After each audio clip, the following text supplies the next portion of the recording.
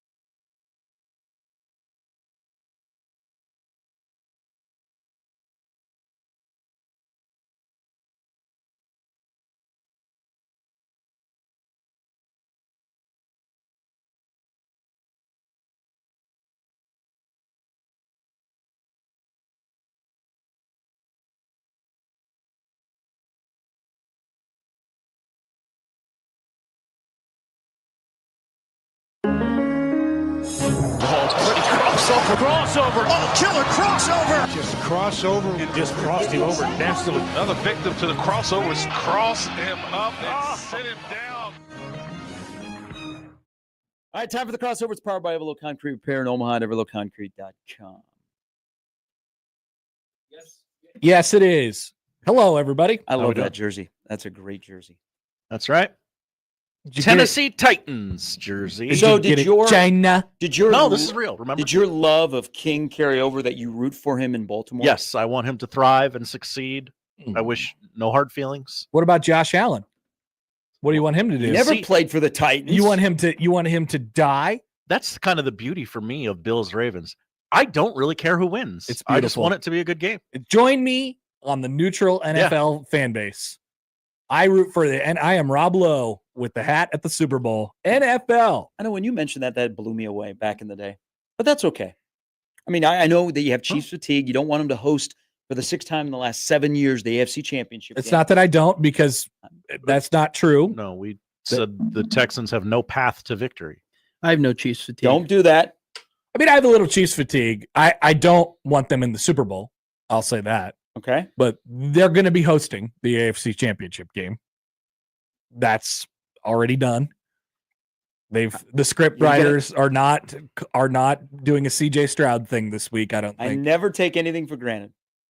You never know what's going to happen. It's football. It's the NFL. But Jalen Watson is back, and that changes how Spagnuolo can do some things defensively. Spags. You don't apologize for wins in the NFL. So how many points do the Houston Texans score? I'm thinking less than 10. Well, Joe Mixon is out, correct? I think I saw that this morning. Oh, really? Yeah. So he was listed yesterday. He was listed as questionable. So if he doesn't play, they're gonna have some trouble scoring. 9. Ian Rappaport says this morning that Joe Mixon is believed to have a real shot to play. A real shot. I don't know what does that means. fall under? Probable? Not one of those fake shots. I'd call it questionable.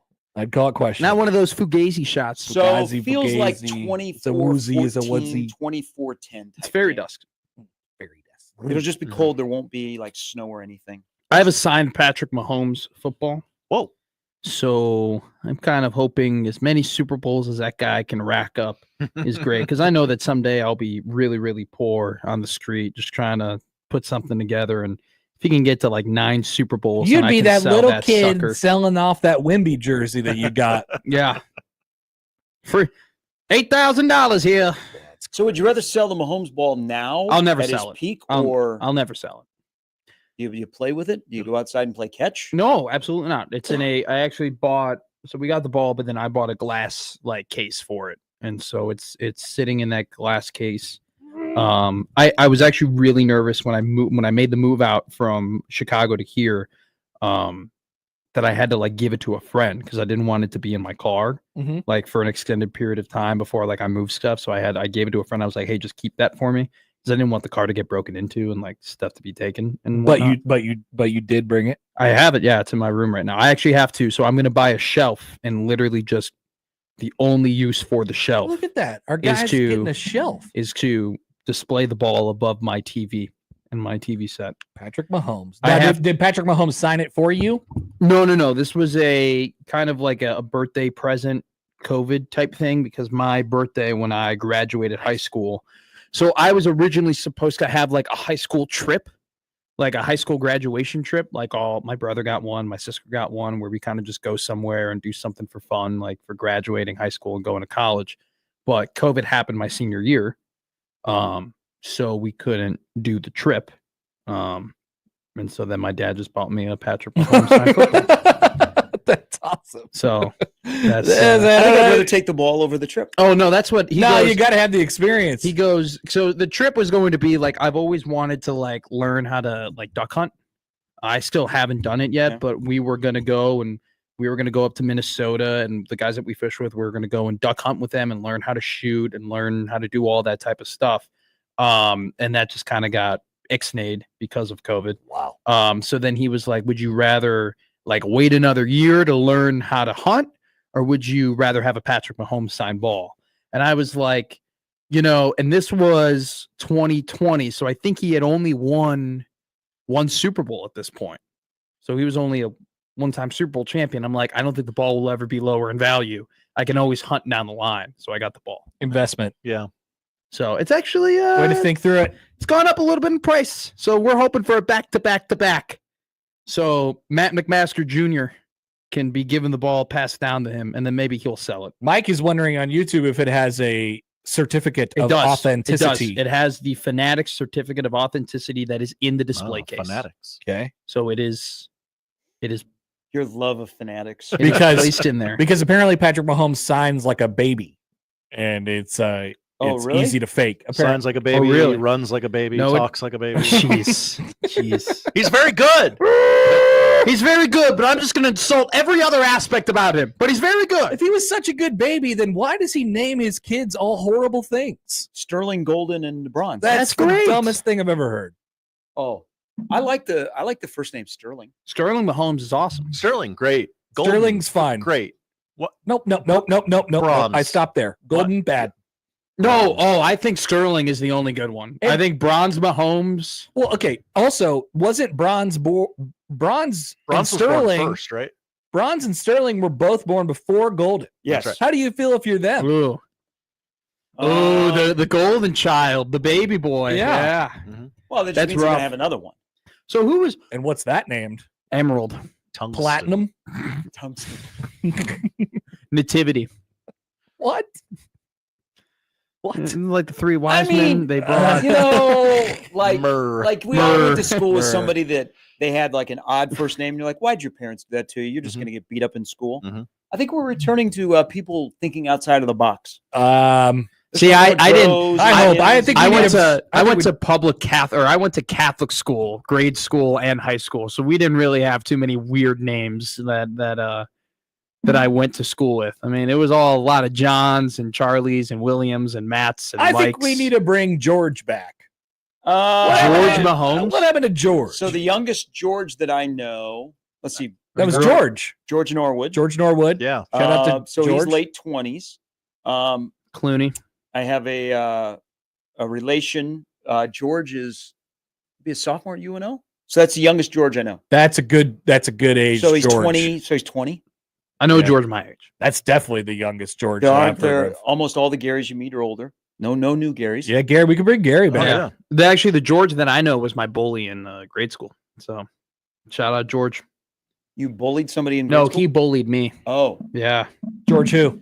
George P. what's George P. George P. What's George he, P. doing Didn't these get days? bullied George because is his actually- last name is P. George went to Dayton with a lot of my friends. What's and up, we had P-boy? mutual friends. And then I I had bullied the crap out of George. I did a pretty I built up my credibility and whatnot. And How you let we- George P. we bully you? were drinking beers together in a backyard. He came up to me and goes, "Man, I'm sorry, man. Like that was It was a little bit rough, all those times. And, I don't. What did he expect do it. to you? He was just mean. He was just mean. He was always talking crap and always starting stuff and anything. But came up to me, and this is came up to me and goes, well, man, I'm really sorry. This and that. Like, I don't expect you to forgive me, but, you're a good dude and everything like that. But I do want to let you know that I made you better. That's such a good spin zone. He goes, you wouldn't be the guy that you are now if I didn't add a little character to you. And I'm like, nice. George, I go, I expected nothing less. I expected absolutely nothing that's less. a good comeback. And then you are a piece of garbage. We ended up playing Beard Out together. We're friends now, but George Kittle. No, not Kittle. That's a good George. Good young George. Mm-hmm. Good young George. George Karloftis. My bully was a Big Ten alums. For me. I went to school with his sister, Jennifer. Jeff Black. Jeff? Yeah, he'd always go, "Hey, here comes G-string." Now, when you're that young, you have no idea what that means. Oh, so that was your bully? Yeah, that was. And you know what? I mean, unfortunately, I think he belongs to the state of Iowa. I think he's doing time in a state pen. Oh, wow. Yeah. Jeff Black seems kind of cool, though. Like he seems like a good sad guy. story. He was a great wrestler at Urbandale. Like, he could have won a state championship in Iowa, but he was dumb. And he made bad decisions, like, going 115 miles an hour on a motorcycle. Somehow somebody was looking out for him when you put it down and you slide across I-80. But he came back, and I think he might have robbed a grocery store or something like that. So it's okay that he's in the state pen. But yeah, he was for the best. My bull was on the state pen, but everyone graduated from Dayton in 4 years, and he's doing a 5th year right now, and he is just alone and miserable, and just it almost is like a state pen for him in Dayton. Good guy though.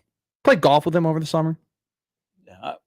Now you're bringing up bad memories, because we were in gym class together before I got on the varsity football team where you didn't have to do gym. And he would stretch behind me, and he'd go, "I can see your G-string. I can see your G-string." Nice. But I couldn't fight him. Kids are ruthless. Because he was Jeff Flacco or whatever. He was Jeff Flacco. Yeah. I was a Dusk. That was my nickname. That I was called Dusk, because like in hockey, you're a dusker. Okay. And so I played hockey. Okay. And so there's just like everyone, literally like everybody would call me Dust. Dust. Did you get bullied? 2 years. I don't think. Not a chance. I don't think so. Really? You were You just redhead made and you friends didn't get with bullied? everybody? Yeah. I feel like it makes you an easy target being a redhead. Kill him with kindness. Yeah, probably. It definitely does. It definitely does make you an easy target. The fact that you survived that is impressive, man. But I can see you being friends with everybody. Now, I will say this. My high school, though. I was cool with many crowds. My high school and grade school were pretty good. If there was any like inkling of bullying, they were on top of it right away. Nice. There were a lot of schools back in that era that were like, "Oh, just take it. It's part of growing up." My St. Pius X, surprisingly, was like, they're not messing around with that. Wow. And then Urbandale, I think lawsuits and stuff. They were like, "No, But I was afraid of going to my counselor or the principal to tell him about Jeff Flack, because I thought Jeff Flack would come and kill me. You want to be a knock? That was a good read by you. Well, I got into a fist fight and I got in trouble and they didn't. So they didn't really give a damn about bowling at Queen of All Saints School. Well, it hardened up you, white Catholic. Exactly. Made you tougher for the streets. Yeah, what streets? I got a tweet here from Bleeds Jays Blue. That's where my youngest George I know is 2. So maybe George is back. Happer? Have you got another one? I don't. Would you go George Happer? I don't have any Georges. Isn't one of those royal babies named George? Yeah. Oh, yeah. But that doesn't count. They're British. They're Well, British. sure. Everybody's named And that's George. that's named after their great it's a family great name, grandfather. right? You know, they're probably like George the 13th or whatever. And then the kid's Just- gonna go I'm talking about goes, "Why am I naming- called George?" You talk about naming kids George just for the sport. What is like for the love of the game? The oldest name you can name your kid now and get away with I it? think it's wide open, like Gary said. Like You think I it's a wide open? I think you could go anywhere. I think the oldest one you can get away with is Margaret. Ooh, that's a old name. I That's was an thinking old- Estelle. Like, Ooh. Maybe Yeah, like my parents have 2 names that are older, Eunice. like Barb. Barb. You Yeah. run into a lot of older, like young Barbs anymore. you don't. Yeah. And then Walt. See, I never Mhm, met mhm. Elisa in grade school, high school, or college. Lisa's like relatively modern. Yeah, but it's not old, it's more middle-aged, Elisa. I think so. Yeah. I think that's right. My grandparents all had Eloise. kind of oldish names. My grandfather is named Merle. Okay. Great That's name. a good, like, I'm on the farm name. Yes. Your grandpa is. And he is. Yes. Did he loses like his hand in like a chipper or something like that? Oh no, dude. Okay. Absolutely not. He's in great Stays away shape. from the auger. Yeah. He's still working it. He's still killing it. My other grandpa was named Basil. Great name. Basil or Basil? Basil. So Basil Happer. my brother and his wife are having a baby. The wife more so than my brother. They're naming the kid. Am I allowed? I'm pretty sure I'm allowed to say it on the radio. I don't think anyone will get mad at me. I don't know what you're gonna say. They're going to name. So it's going to be a little baby girl, and they're Oh. going to name her Eleanor. That's coming back, I think. Yeah. But they're going to call her Ellie. Sure. So it's going to be Eleanor Grace McMaster. McMaster. Matt McMaster. Mm-hmm. I saw him doing Jay's Live, and I walk up to him saying hi to him at Jay's Live at the Creighton game, and immediately he goes, Matt McMaster. It's like it's Did he interrupt you while you were on the air? No, he was standing there staring at me though. Like, No, I wasn't. I was not standing and staring. I went over you to were the right chair. there. I wonder if they'll put me on. I was TV. yeah. I just want. I want to be like you when I You grow up. could have been like one of the kids in the background. you Put me know? on camera. Yeah. When I was in 2015, I went to the NLDS Cubs vs Cardinals, and one of the Fox guys was doing stuff. I go, "Can you put me on?" He goes, "Get lost, kid." I'm like, "Okay." I'm like, "Cool." I walked away. If you do that here, the person will just say, but no. You know, No. it's a little nicer. Yeah, It's not get lost, kid. It's not No, I this hate guy- you. It's just no, like this we was- can't really do it. this was like pro Fox, Rodriguez and Rose and Thomas all on the pregame show, okay. and Hey, you have to be careful when you're sitting behind people that are on national TV. Josh and I, Avery Johnson. That's right. NCAA tournament, we knew when the camera was coming on. we had to be Josh- at our best behavior. Josh still, I mean, you were not on your best Oh yeah. behavior. that picture of Josh is so good because it's so Josh. Josh covers an NCAA tournament event and brings one singular legal pad That's right. and like 8 pens Mhm. and no computer. Nah. I've never seen anybody do that. Wait. I've You never- raw dogged it? You were raw dogging it? He's raw dogging an NCAA tournament I game. kept score by hand. 'cause Yes, I you was falling did. asleep.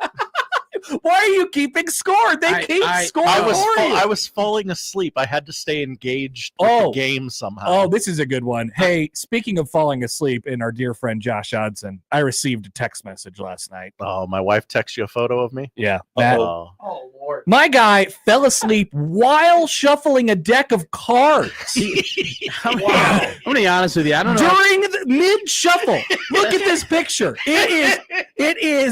It is half shuffled in his hands, How and he tired is were you? sleeping.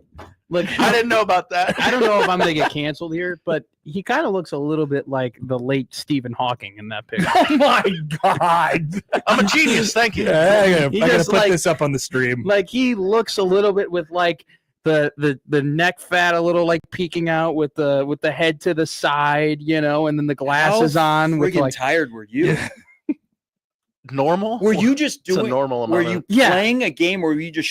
Oh, it was shuffling Uno. cards? It was Uno. It was Uno. We were going to play a game of Uno, nice family game of Yeah. Uno, and my kids said, I want to watch this YouTube video first. So I was like, okay. So I was just kind of shuffling them to like, okay, we're gonna do this eventually. So And then were Yeah, you I- asleep though, you think, or were you just eyes closed, like resting your eyes? I don't remember this dad nap. Yeah. Okay. So I'm gonna guess I was asleep. Did you play the game after? We did. Okay. So you successfully shuffled. I think this Yeah. was an eyes resting. All right, Type for the people on the stream, we're loading in right now. There we go. I mean, it's a little hawking. It's a little bit of hawking. That's just because my head's tilted You're to seated, the side. the glasses. It's a little Steven, I don't don't remember that at all. I don't understand how that can happen. How can it happen? Now, how long were you asleep then? Was that it for the night? No. No, They played the no. game after. No. I took another nap after that and then went to the movies after that. Where'd you go see? Went and saw Wolfman. And Meh.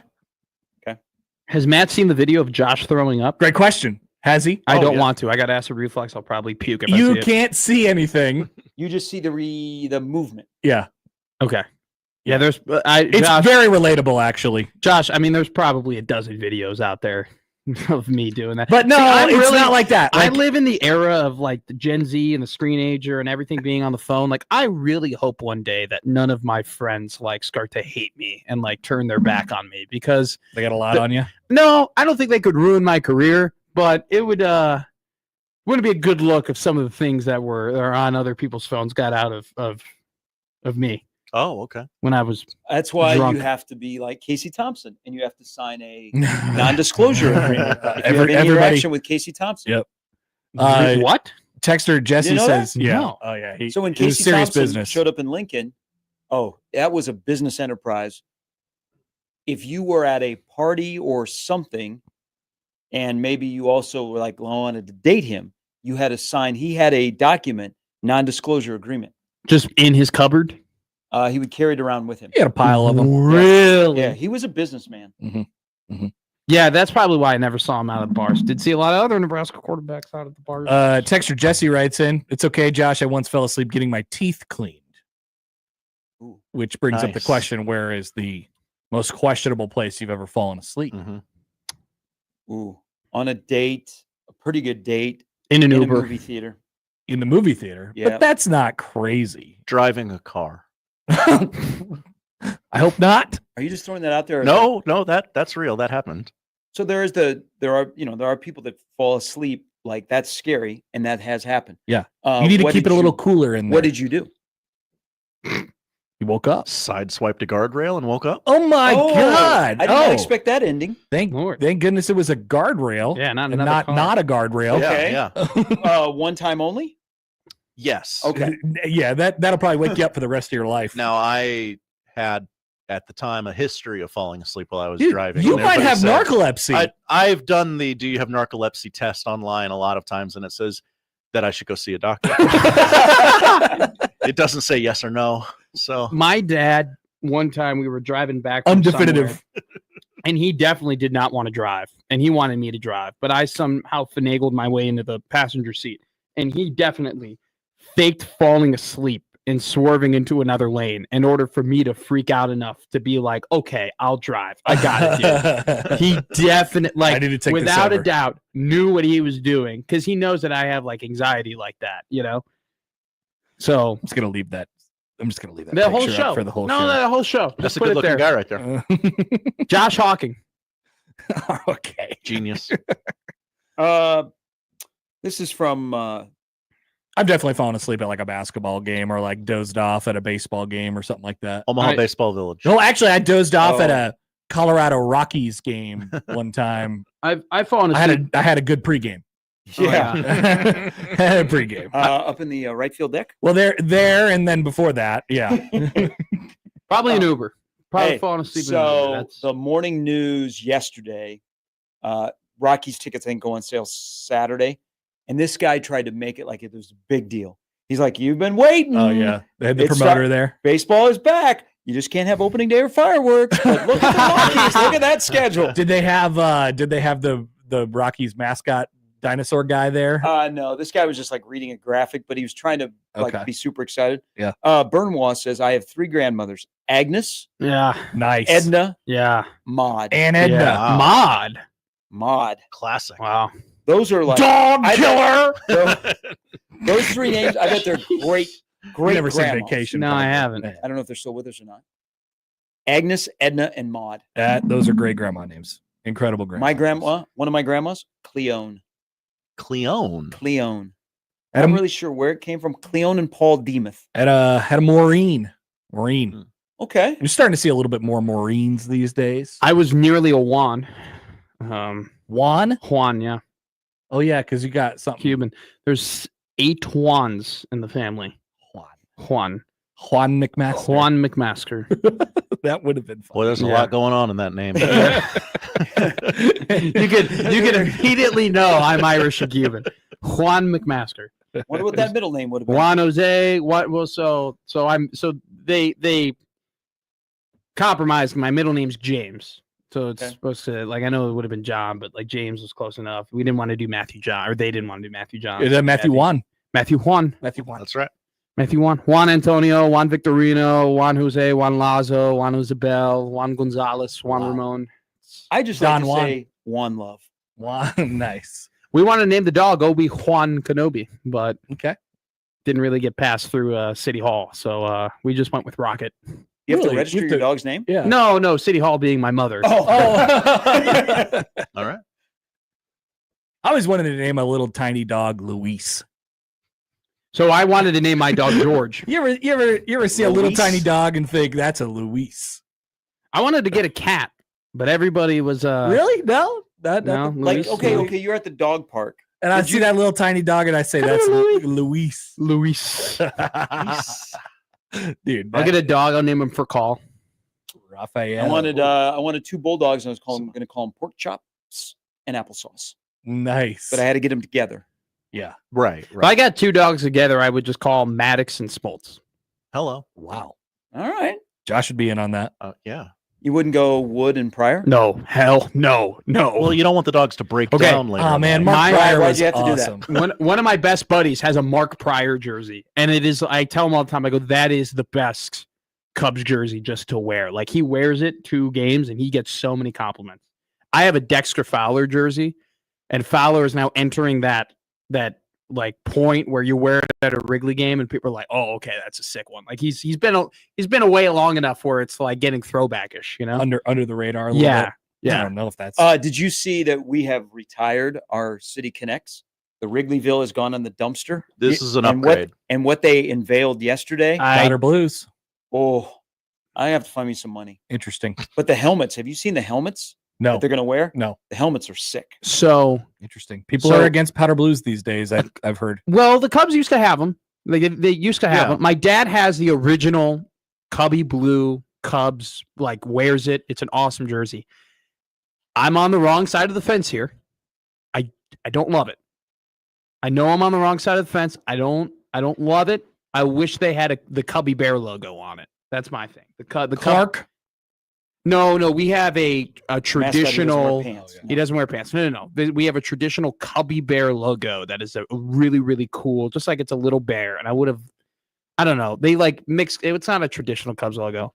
So I'm thinking the Cubs, though, like they will not have a City Connect because this is not a City Connect. It's just an alternate. Right. I think the City Connects can probably go away at this point. Yeah. I wanted them to make a green one. Is this the year that if you don't have one, you're getting one? Or I, was that I last believe year? this is the last year Yeah. of the Who doesn't unveiling. have one already? They've been doing these for long enough. There's like 4 or 5 more teams. the Yank. Yankees. I don't think the Wow, Yankees. wow. The Mets. But the Yankees did some exercise where they don't have to be included. Okay. That's actually good, I think. Yeah, because that would be horrendous. Boston's getting another one. yeah, Yeah. So they've retired their City Connect. And Yeah. It's just going to be an alternate. Yeah. Oh, okay. okay, So okay. there are the Yankees and the A's are not going to have City Connects. Sure. The A's, due to the They don't have a process of city. them moving to Los Angeles or Huh. Las Vegas. Yeah, there's no really city for The- them to connect to. The Rockies are getting a second City Connect this year. The Marlins are getting a second City Connect this year. Those are Oh, two of but them. The that- Marlins they- are good. They were pretty. Yeah. The Rockies that was the green one with the mountains, right? The Those were Giants sick. are redoing their horrendous orange ones Yeah, this year, no, which is no. good. The Astros are getting a second one, and the the Red Sox are retiring the yellow jerseys. retiring those stupid, idiotic jerseys. Getting a green one. Why was it, Gary? Why was it yellow? Why? Because it was off of the Boston Marathon bombing. It was blue. Yeah. It was light blue with yellow like trim and stuff. Gotcha. like But that was because when they wore them like right after the bombing. Okay. Well, they no, Yeah. No, I thought they wore a nah. special jersey. they And then wore they didn't for a while. at and then that when the game City Connect because the came out- Royals were there. At that game, they They wore the wore regular. home jerseys that just said Boston on Yeah. them, which is uncommon. So that was a little bit different. But the color scheme is Boston Marathon scheme. So that's why they did it. All right. Well, you guys enjoy your naps this afternoon. I had a second cup of coffee. I'm not taking a nap. I have a Okay. nap update. This is from my wife. An update. She says she explains the photo in question more. You moaned, shuffle some more, and then went back to snoring. Shuffle, shuffle, shuffle.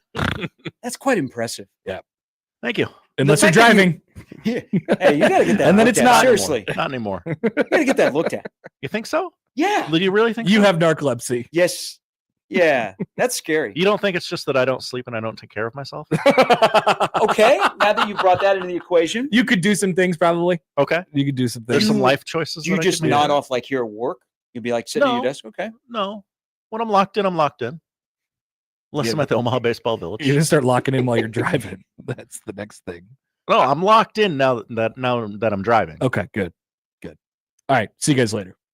Thank you. Have a good weekend. You guys too. That's the crossover, powered by Everlevel Concrete Repair in Omaha at everlevelconcrete.com. It's Friday. We'll start things off next.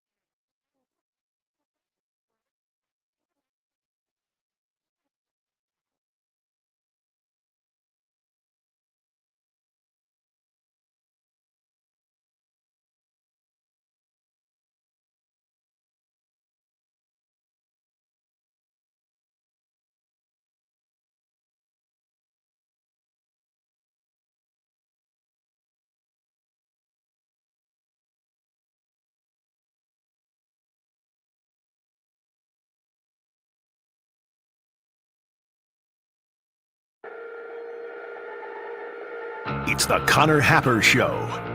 Are we sure we want to do this? Could you, make an announcement that we're ready? It's the Connor Happer Show on 1620, The Zone. Hello, everybody. Welcome in. Happy Friday. We made it. I just heard on the weather update during the commercial break that it's going to be 50 degrees. 50 yards. 50 yards. Nothing to be proud of, Russ. 50 yards. 50 degrees. 50 degrees. Nothing to be proud of because it will plummet immediately after it hits 50 degrees, apparently, today. Hunker down. And then we're going to go Rick Pitino it. Josh, am I ready? Oh, no. Yes. Like I want to kill myself, jump in the cold and die of frostbite. Don't worry. It's coming. It's coming. You'll get there. Welcome into a Friday show, everybody. Today, our guests will be our guest. Our guests will turn into our guest. It's normally a 3-guest Friday. What are you talking about? The Husker Online boys have shunned us out. Oh, interesting. They are out. They're like, Huskers, no thank you. We're on a break. Sipple is actually, both Sipple and Munson are traveling today. So we'll talk to Brian Christopherson. What's going on? Munson's taking his kid to a camp or something like that, Okay. and Sipple just said he was traveling. Okay. He actually, I'll read you the text exactly. It says, Hap, I am in a travel situation, so no go today. He's in a travel situation. He's not just traveling. He's in a travel situation. He's in a travel situation, which makes it seem more dire than just I'm traveling. I'm jammed up. I got a travel situation. And then I said, no problem, Dad. And then he said, LOL, crying face emoji, face palm emoji, crying face emoji again. Wow. Yeah. So we will talk to Brian Christopherson. He was at the Nebraska basketball ladies' night last night. How'd it go? I don't know. We'll find out. Wonder how it went. Wonder if he had some 32 sangria. Wonder what he thought of Ace Bailey and Dylan Harper. Oof. And the mid Rutgers team. Josh, mid. What? You have a decision to make today. What will you do regarding the Nebraska basketballing Cornhuskers? It's only January 17th. Sure You can is. recover from a 3-game losing streak, but it has to happen quickly. Has to happen quickly. By the way, Illinois coming to town. For those of you keeping track at home, Nebraska is now officially fallen below Creighton in the KenPom ratings. Oh, no. What? That sounded sarcastic too. I said, oh, no. Oh, no. We'll talk about Nebraska basketball and Rutgers last night, and the test doesn't get any easier. They go cross-country to Maryland this Sunday before returning home and getting maybe an upstart USC next week. Doesn't get easier. So we better figure some stuff out, especially on the defensive side of the ball. Some gotta have it. There are. And speaking of that, I'm glad you said that, Josh. Oh, thank you. The roadmap will make an appearance today. Oh. The roadmap will make an appearance today. It looks a little bit more challenging now. Although if you're watching the bubble on January 17th, first of all, God bless you. Second of all, Nebraska is still like a last team in a last team in type of situation. Last 4 in or last 4 buys or something like that.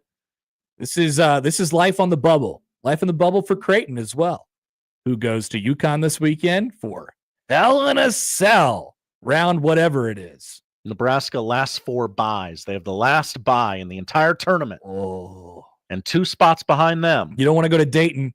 Last 4 in. Or as Matt McMaster would call it, Dayton. Creighton. Creighton. All right. So we have Nebraska basketball and Creighton basketball to talk about on the show today. We have the NFL weekend to preview. NFL. Yeah, Josh. I mean, you grunted the greatest grunt in the history of grunts yesterday for Bills and Ravens, but there's some other games as well. I think there is a roadmap to some chaos this weekend. Oh, really? There's a roadmap to chaos this weekend. Okay, I'm intrigued by that theory. Maybe not so much in the AFC, but in the NFC. So we'll take a look at those games as we get you ready for the weekend. The Nebraska women went on the road to beat Iowa last night. They sure did. Britt Prince is here, ladies and gentlemen. She's announced herself and plenty more. And you all on the show today. Want to hear from you. 402 951-1620 on the hotline. You could call or you could text that number as Happer's Meme Guy does right now. Hi, Happer's Meme Guy. We're spiraling toward Nebraska versus Creighton in Dayton, aren't we? Oh, I think it's a little early to spiral. Like, if you're spiraling now and the spiral continues, you're not spiraling to Dayton. Yeah. You know what I mean? Would that be fun or would that be hell on earth? I would say that Creighton is spiraling in a positive direction at the moment. Spiraling up. It's one of those reverse tornadoes. I don't know. Would that be hell on earth was your question, Josh? Yeah. Would Nebraska Creighton in Dayton be fun or would it be hell on earth? I think it would be kind of hellish. I'm leaning toward hell on earth. Leaning toward hell on earth.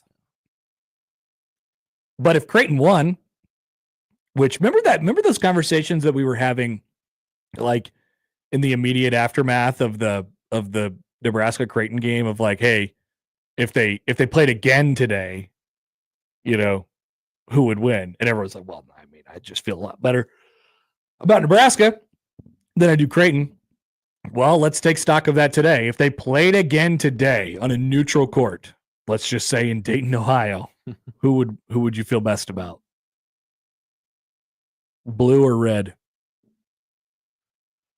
I think it's blue. Probably Creighton. I think it's blue. But these things change. Yeah. They change. They spiral up and they spiral down. They spiral every which way. You can tweet at us at Happer Show, at Connor Happer on the JTech Construction Zone Twitter feed, where we already have a poll question up this morning. Bring George back? ? Yes or no is the poll question that we have up right now. Please vote on those. I didn't think about that. What? If I'm just aimlessly scrolling and not listening to the show, they might be thinking, bring producer George back. Bad news for you, Josh. Yeah, George is a great guy. You're out. George is in. Would love to have him on the team. Too many Joshes, not enough Georges. Yeah. That's what I always say. You can email Connor or Josh O at 1620thezone.com on the Equitable Bank Zone inbox. And we say good morning to the YouTube streamers this morning. Hi, everybody. Hello. Hokey Skir says Jays would clap the bumskers. They would clap them? I don't know if it would be that decisive. I don't know what we're going to get now from Nebraska on any given night. That's the thing. Those guys are good. Don't worry about it. Every day you try a different version of good and it never works. It still sounds like you're lying. You're being sarcastic. I don't know what you people want from me. Nebrasketball is good. You can't win. You can't win because you've already set the standard. You've set the tone. Everyone tells me all the time, "Oh, they just did you see them beat Bethune-Cookman? They're good." All right. So welcome to the show, everybody. Today, let's talk about Nebrasketball and how to digest last night. Was it really that bad? That's my. I mean, it's a loss. It's a loss at home. You hate to see the home win streak be snapped, and they've never lost at home before. Obviously, your road gets a little tougher, because you don't want to lose games at home, especially in the second quadrant or whatever the heck we're talking about. And Nebraska still needs to rack up wins. Now they need to get right. It's a math equation. You need to get an extra one on the road to replace this. If you're playing the math game that way. But in the sense of how the game played out, was it really that bad? It's a big loss, but was it really that bad? That's something we'll discuss coming up on the other side. Plenty to come for you on this Friday. Thanks for joining us. It's the Connor Happer Show on 1620 The Zone.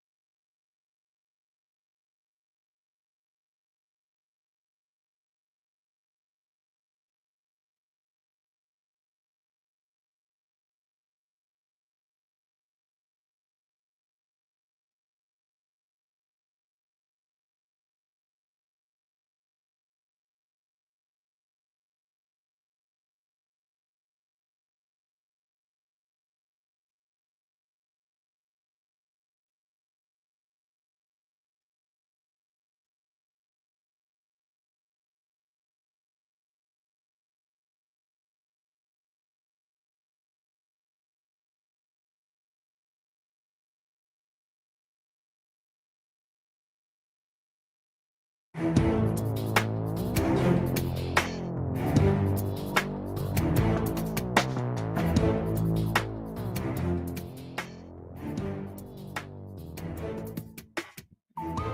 right, welcome back. More of the Connor Happer Show on 1620 The Zone, 1620thezone.com. Good question from our YouTube comments this morning from Debo. Hi, Debo. How many Husker fans would voluntarily get the severance procedure after last night? For the uninformed, that is when you can separate. You have a lobotomy, and that sounds appealing to some probably, and you don't remember anything about your home life when you go to work, and you don't remember anything about your work life when you go home.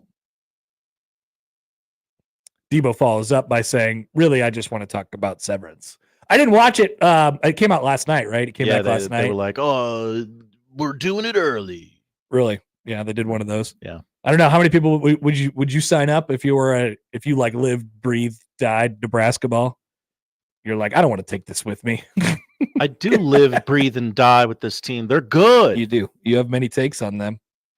I'm the only one in the camp saying they're good still. Speaking of which, John emails in on the Equitable Bank inbox. Hi, John. If I could give some advice to Josh, in my opinion, it is time to cancel. I got a lot of this last night. Nebraska basketball. Let's move on to baseball. Now, I think people want me to cancel this team because after I did that last year, they went on a hell of a run. I think they just want me to jinx them so that they'll go on a hot streak. Interesting. To which I tell you what I've told you all season long, because you've beaten me down, audience. Nebrasketball is good. Good. Very good. Let's talk about the game last night. I don't know if anybody wants the severance procedure. Based on how that went, at least in season one, I feels like there's more complications. That was the exact word I was thinking of. than you're signing up for. All right, to the phones to start off a Friday show. You know who it is. It's our good friend, Random Mike. Hi, Mike. What's up? My tennis buddy, I asked him today, this morning, we just played, and said, please don't tell me any scores, any tennis, football, basketball. And the last thing he said to me when I left was, hey, your basketball team lost to Rutgers. But so I know nothing about it. What was the final score? 85 to 83, 85 to 82. Okay, so it could have gone either way, right? Well, yeah. I mean, they should have won the game on paper, right? Like that's what the thing is from everybody. But Josh is right. They are good, and they can be very good. But my thing has always been with basketball teams around here that are maybe borderline bubble. Maybe they make the NCAA tournament. If I enjoy watching them play, if that's the case, I'd rather them be in the NIT where you can watch them at home more probably. We'll probably get some home games because of the attendance. That Creighton and Nebraska gets, and they're fun to watch. So that's my feeling. So I'm not getting too upset about it. But the women's game, did you see that? I did. What a win! Wow. Hey, does the men's team beat Iowa if we make our free throws? If you go by just the points and you just equal it up that way, then yeah. They had a horrible free throw shoot. Am I right about that against Iowa, the men? I believe that's right. I'll pull up the number for you.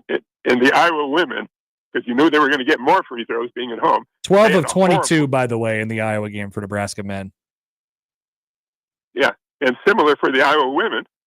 Yeah, they were bad. Our women. Yep. That was the ball game right there. Sure was. But I got to tell you, Britt Prince, she's pretty special, don't you think? Yeah. She's really coming into form now, and frankly, she's going to need to carry a bunch of the weight for them. As far as the scoring is concerned down the stretch here. So it looks like everything is going as planned so far with her. That's for sure. Yeah, and but what was huge was the girl from North Dakota. What's her name? Logan Nisley. Yeah, I'm forgetting names, man. Don't get old. She made crucial 3-pointers that went from a 10 or 11 point lead to 5 or 6. You got us right back in the game. Yep. And did you hear the interview with her and Britt after the game? I did, yeah. He was going absolutely nuts. Yeah, they had an answer for everything they did last night. Like pre-Caitlin Clark, that game was always basically just like it was last night, right? They would just be in these really close, kind of intense battles, and they would, Nebraska would win one, Iowa would win, and then Caitlin Clark came around and it kind of shifted a little bit.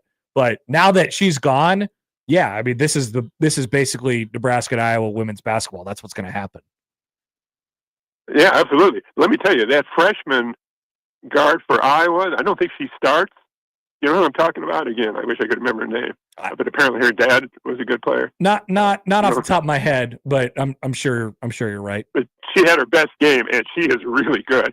And she was a little quicker than our guards, including Britt. I mean, she did some great defense on her, and we couldn't keep her from penetrating. And their big girl, Stuckey, whatever the hell her name is, she's really good. Yeah, and what, Iowa's lost 4 games in a row? Yeah. But they're a good team. So, but for their best player to miss how many free throws? Yeah. They kind of gave it to us. But yeah, it was a great win for the women, and with the devastating injuries they've had, pretty special. No doubt. Thanks for calling, Mike.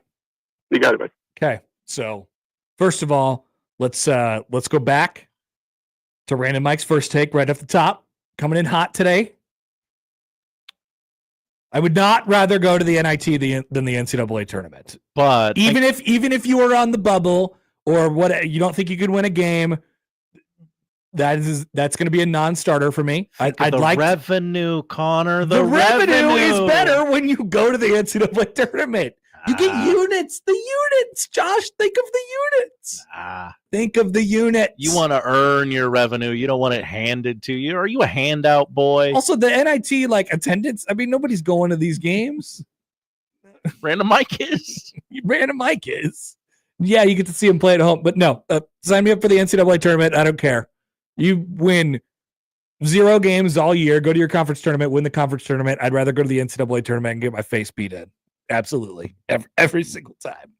But that's okay. Wow. Bold stance by you. I know. That's what we're all about. Cold cuts and hot takes. That's right. Yeah, it was a nice win for the Nebraska women last night. We could talk about that as we go on throughout the show. Okay, so before we'll have to take a break and then talk about the game itself coming back after this. But Josh, have you made a decision yet? Are you going to cancel them? Will you be canceling them today? If you have doubts, then just say no. I'm not canceling. I am prepared to make an announcement. Okay. I am not canceling this basketball team yet. I will not give up on them because they are good. Do you have a reason? I mean, because really, they are good. Really, well, yeah. Let's go with that because they're good. 2-4 in the Big Ten. That's good. Defense has gotten absolutely crushed the last 3 games. Defense. Remember we were talking about Nebraska having a top 10 defense in the country, and they were in the efficiency ratings on our dear friend KenPom.com. Little KenPom thingy. I think they actually got up to number 9, like for a second after they didn't even. They moved up because somebody moved down. Mm-hmm. Down to 36 this morning. Ooh. It's not a bad defense, but it's good. It is, as a texter said before, it's spiraling a little bit on the defensive side of the ball. And there's just like there and once again, we'll have this in my takeaways from the game coming up in just a minute, but it's just a little bit of an attention to detail thing. You have, if you're going to play the way Nebraska does, and you're going to try and swarm, and you're allowing shooters to catch, but your hope is that you close out hard enough, and you get in somebody's face, and you shut down the 3-point line as well, even though you're allowing them to catch and then think they have a good look, which is usually kind of all that counts. But you're closing out, and then you're hoping a little bit, and you're swarming, and you're kind of everywhere, and there's not like it's kind of like I'd call it like a beehive defense. We're going to double the post, and we're going to leave somebody open, but hopefully we can get out there to cover it in time.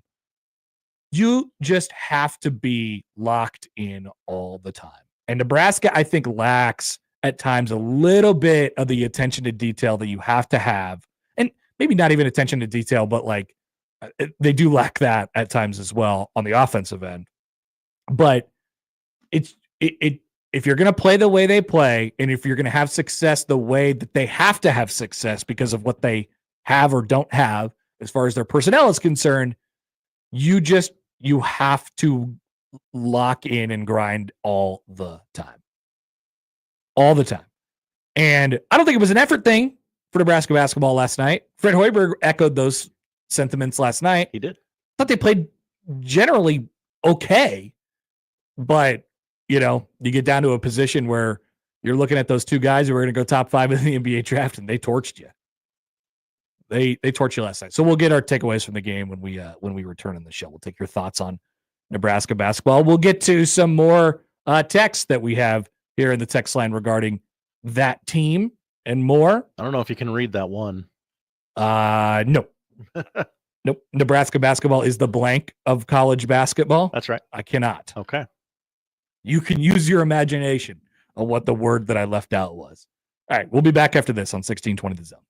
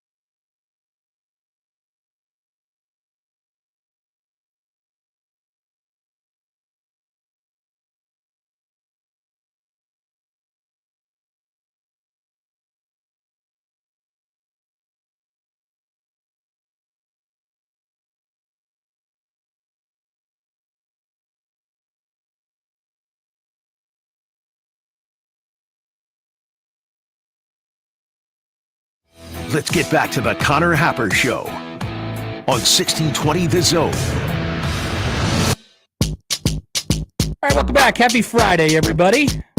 Connor Happer Show on 1620 The Zone and on 1620thezone.com. Speaking of Friday, next Friday, Josh. That's a week from today. It's a week from today. It's a big day for all of us. That's right. One of our favorite days of the year. Our annual Pink Out broadcast, live from the Hope Lodge, Omaha, from 10 to 6. So us and Unsportsmanlike Conduct will be out there, and we'll be collecting donations. There's a paper drive that's being held, and then of course, so we invite you to drop by at that. All for a good cause, and always a pretty emotionally moving couple of days with that. And then of course the Pink Out game at Creighton on Saturday when they host Seton Hall, or should I say the Pink Out games on Saturday. It'll be an all-day affair here on 1620 The Zone with the men's and the women's team both getting after it, playing some Big East basketball in downtown Omaha. The Pink Out auction that Creighton puts on every year, which benefits go to the Hope Lodge of Omaha, is still live through Sunday. So you can go bid on your favorite player's jersey and team signed basketballs. Like I said, Mac shoes, golf with Flan or Mac, Flan and Mac, I guess, if you're feeling generous.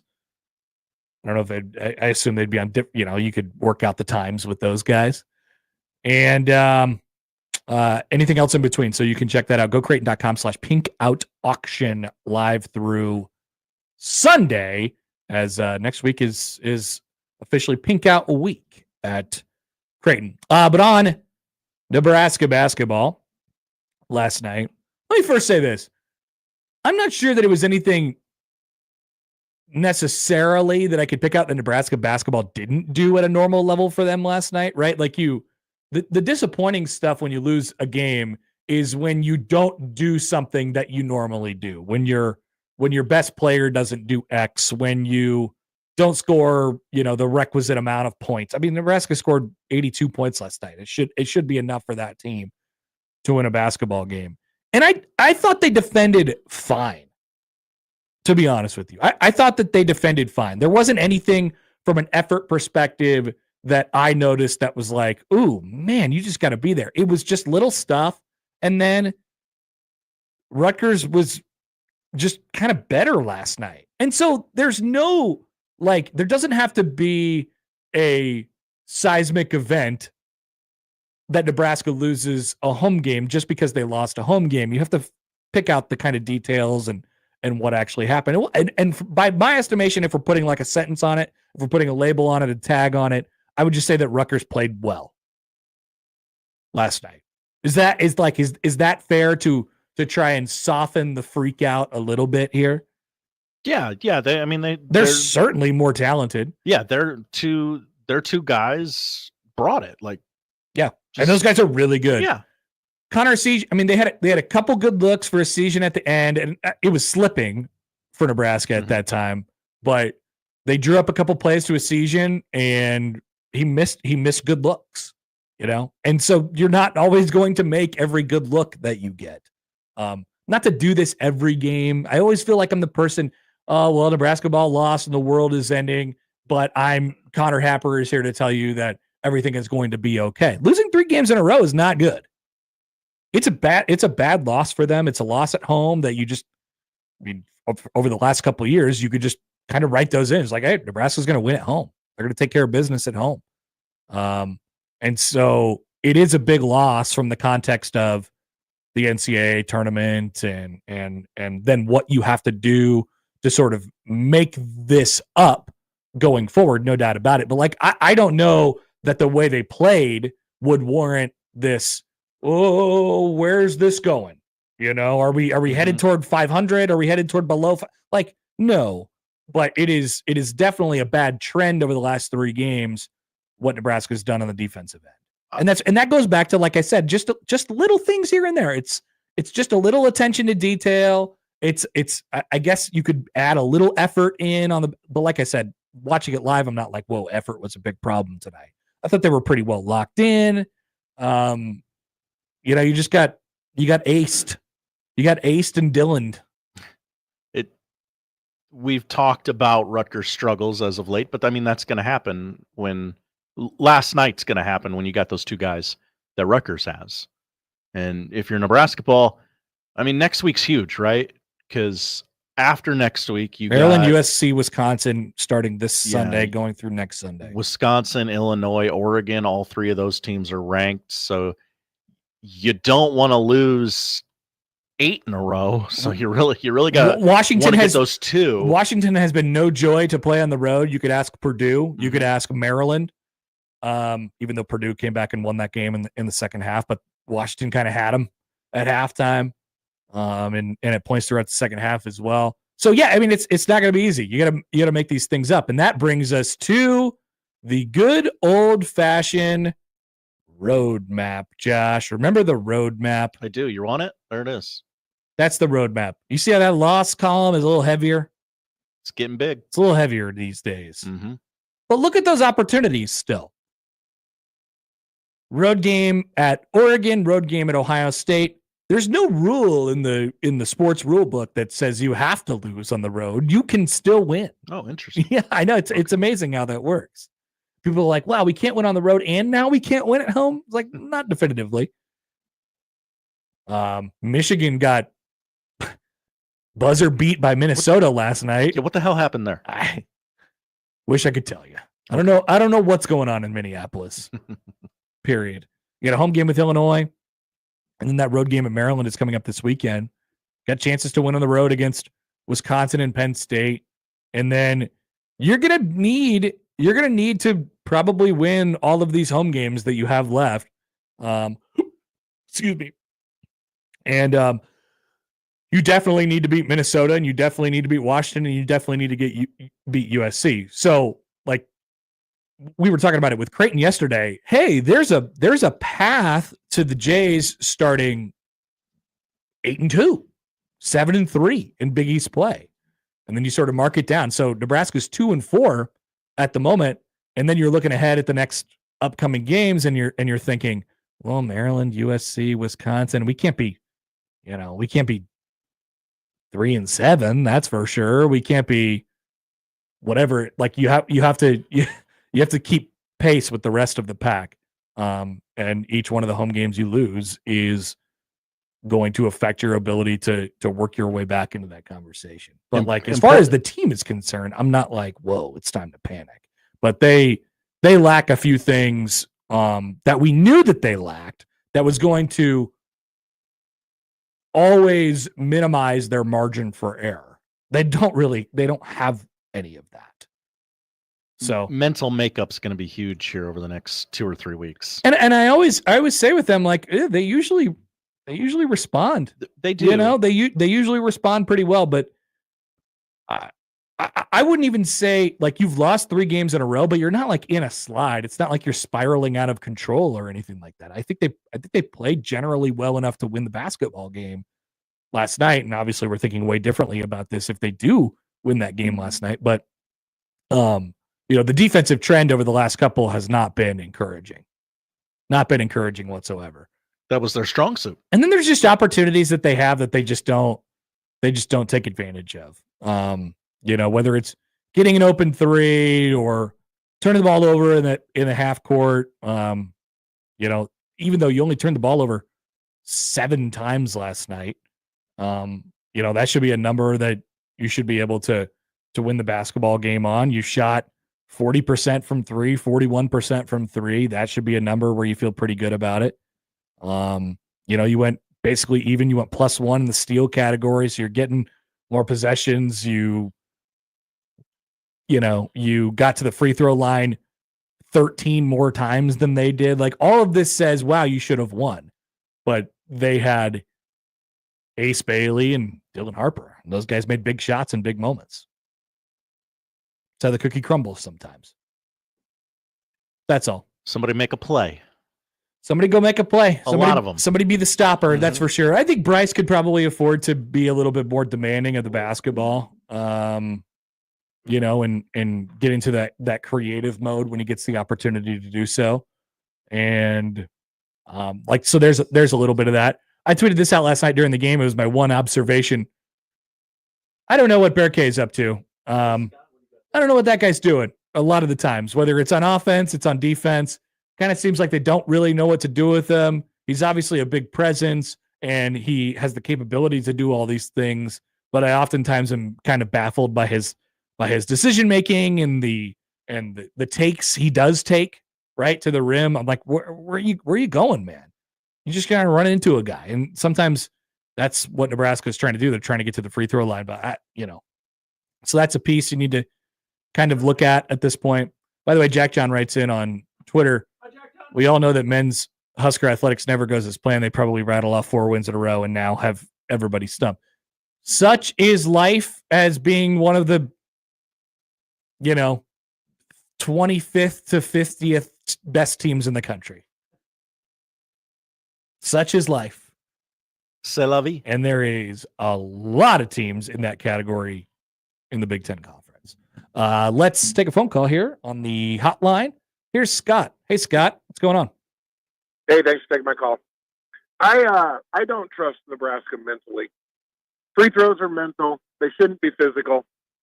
Nebraska at one time last night, I believe, was 12 or 15 for free throws. They ended up 17 to 27. That's mentally not sticking with it. Yep, that's a good point. And then there was a play last night where there was 0.3 of a second on the shot clock. Nobody on the floor knew it. Yeah. Obviously, yeah. The radio call, the TV call was, that's a catch and pop. I think Nebraska actually thought there was 3 seconds on the shot clock. They didn't, and they just didn't understand what was going on. So mentally, the Big Ten is a grind, and I'm just not sure if they're going to get there.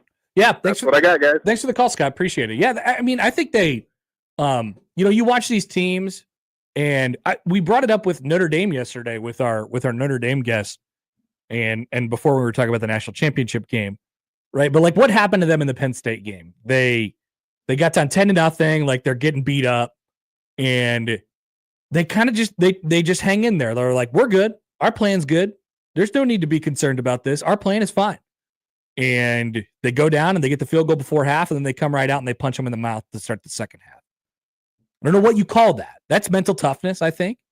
That's the belief in the system. That's belief in what you guys are as a team. And nobody's saying that Nebraska is national championship caliber in basketball or anything like that, but it applies to every game. Do you believe enough in what you're doing, and do you believe you're good enough to where when Purdue whacks you in the face to start the game this past weekend, you don't wilt?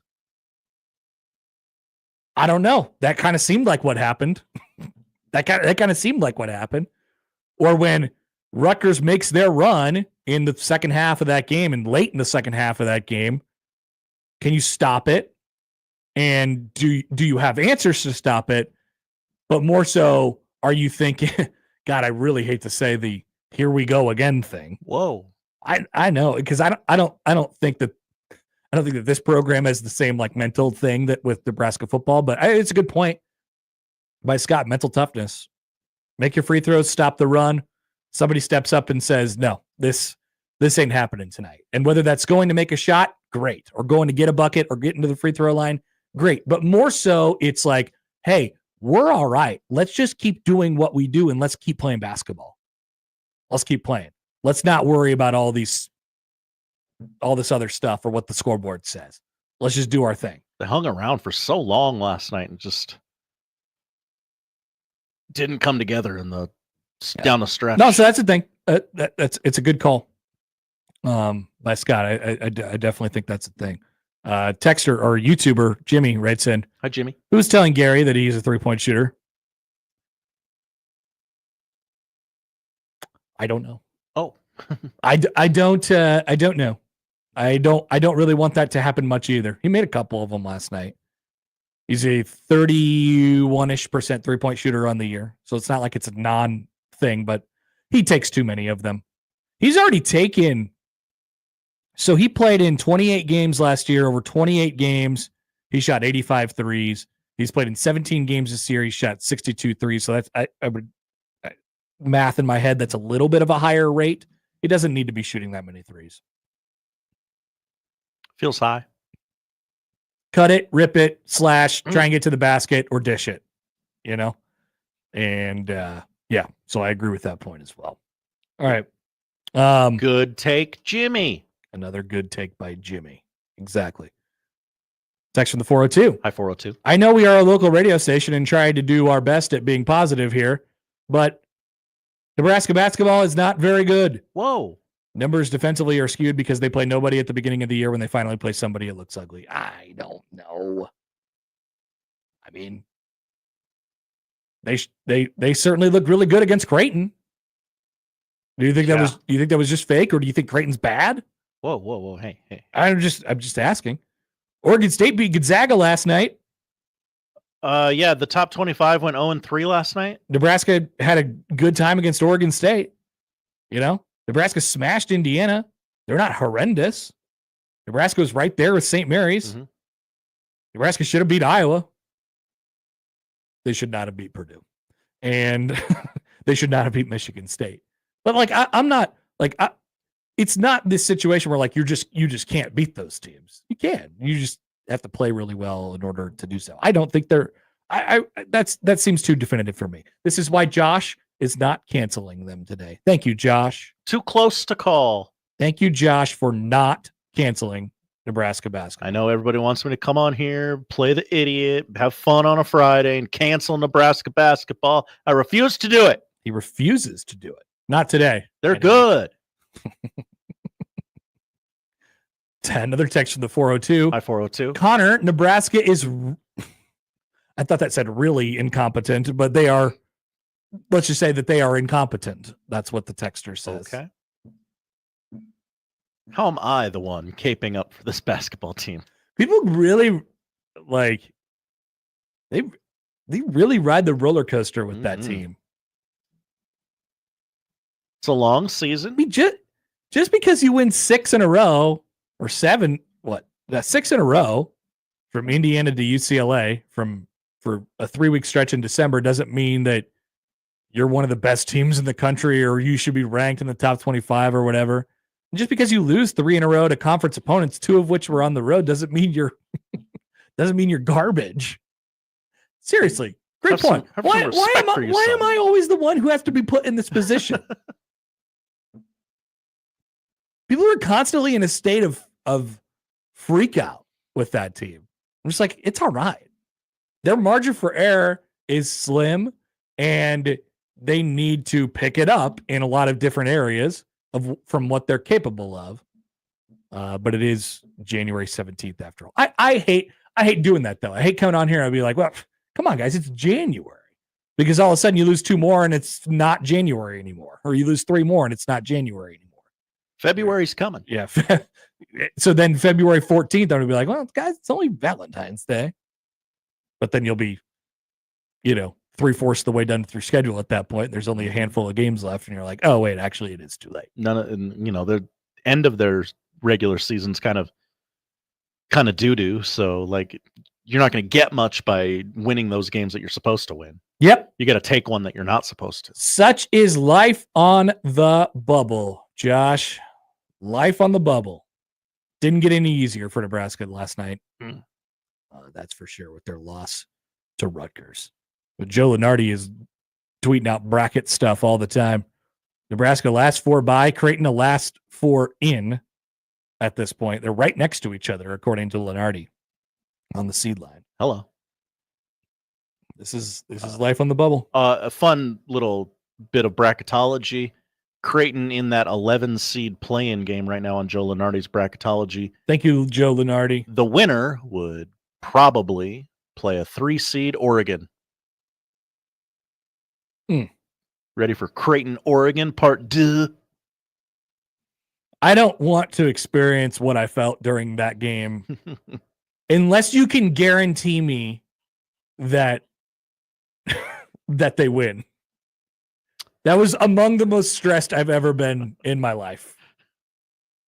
I haven't had a hard life, Josh. We've been over this. Haven't had a hard life.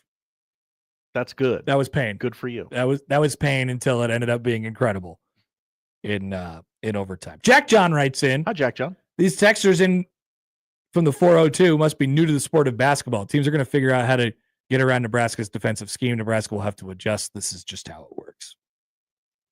Well said. There you go. There's the segment right there. Boom. They'll have to adjust. They'll have to figure some things out. And their shortcomings are their shortcomings, and what they have is what they have. And so you have to find ways to get better based on what you have. No need for a panic quite yet. Quite yet. Anyway. All right. We're off and running here on a Friday. Thanks for being with us. We appreciate it.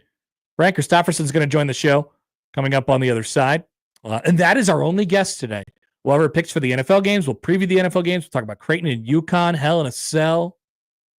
And we'll talk about a specific guidance from President B's administration yesterday. Oh, you're going to talk about TikTok? No. Okay. I am not. It is not about TikTok. Okay. It is not regarding TikTok. Kill it. Don't kill it. I don't care. Just do something. It is regarding revenue sharing in college athletics and how it works with Title IX. Oh. And this is one of those things that might only exist in this very, very small bubble because there's going to be a new president in 3 days. And indoor inauguration.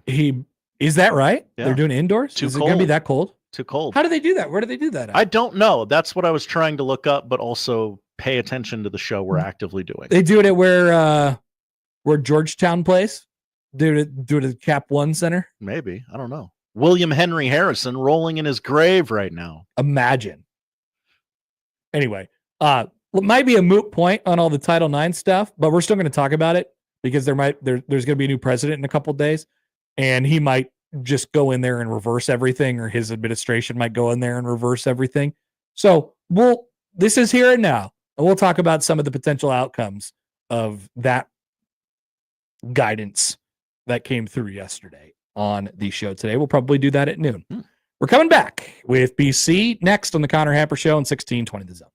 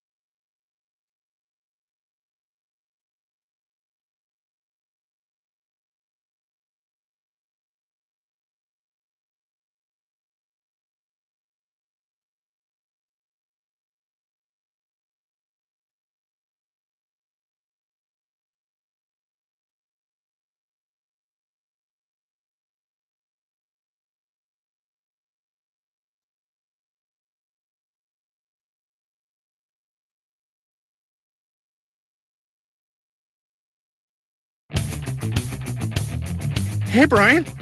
Brian Christopherson. I gotta take this. It's Hap. B. Rooney drove my Chevy to the levee, but the levee was dry. Brian Christopherson, Husker 24/7 on the Connor Happer Show on 1620 The Zone.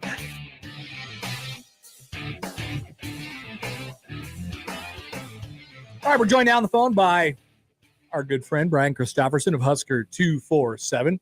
Hey, BC, what's up? Oh, not a lot. How are you doing? Good. Did you get your Fred Hoiberg air freshener last night? I didn't. Sad. Missed out on that. I was dealing with like a wireless crisis up in that's like media problems, where I was having trouble getting on the internet. So I was more worried with that than air fresheners. Oh, it's like an every game thing though at PBA. It is. Yeah. I mean, I've had good success usually there, but last night was rough for me, and it was obviously rough for the boys too. And that's what the fan base is more concerned about than if I can get on the internet. Well, you got to keep those tweets, just to have the proof of life out there. But at least you had the dispatch, and you wrote this quote, or you published this quote from Juwan Gary in your story this morning.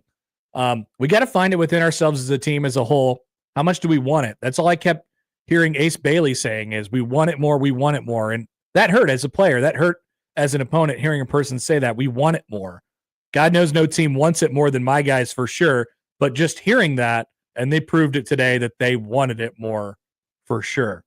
I mean, does that, what does that say to you? Because I'm trying to not freak out, I guess, about Nebraska basketball on this slide here, but that's a relatively deep quote for January 17th, maybe looking inward. Yeah, I mean, I got the sense, Juwan's been sort of the leader of this crew, and him even repeating that to me is like a little message to his guys as well, to put that out in the public sphere like that. And I think the hardest part for him was he didn't like hearing it, but it was true to him. It was the accurate portrayal of the game, and even Fred Hoiberg said afterwards, you got to get tougher. It's not necessarily lack of effort. It's not lack of effort, but that doesn't mean you're tough. And this is a team that we know has sort of, as December was going along and things were good, had kind of adopted that, gritty, grimy, this is who we are theme. And it's especially tough to have a game like that in your own arena where you feel like the other team was more of that than you. Nebraska did have 19 offensive boards, but they gave up 17. And, there was one possession in particular Rutgers didn't even score on with about 8 or 9 minutes left, where they got 4 or 5 shots at the hoop. Yeah. And it just felt like Nebraska couldn't corral it. And, sometimes you get a bad carom and that's involved, but there definitely was an element where even the head coach said, Rutgers had a little bit more of it, what you need than Nebraska did. And that's hard too, Connor, when Nebraska was the veteran team. And I know Rutgers has 2 dudes that are going to be like top 3 picks. Those guys are studs.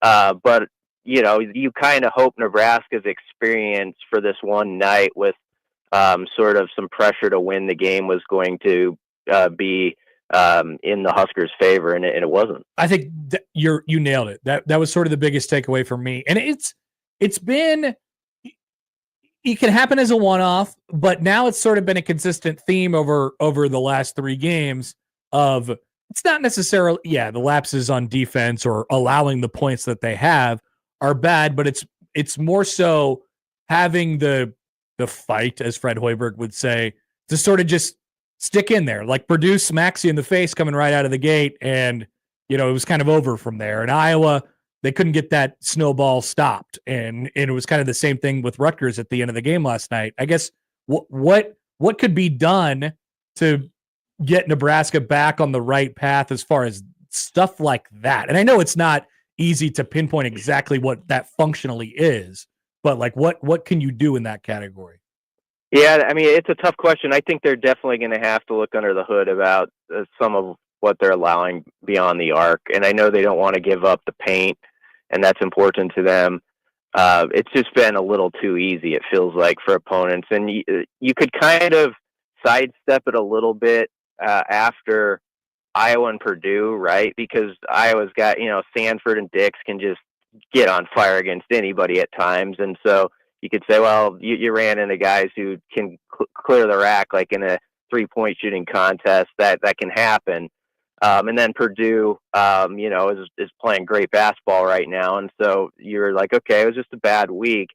But this is the game where it kind of, when Rutgers goes out and hits 12 3-pointers, Yep. and it just felt like had too much space on some of those shots, where it becomes more concerning. And now you start to say, okay, is this a trend? How do you fix this exactly? I don't have the answer, a tidy answer to give on the radio about how you do that.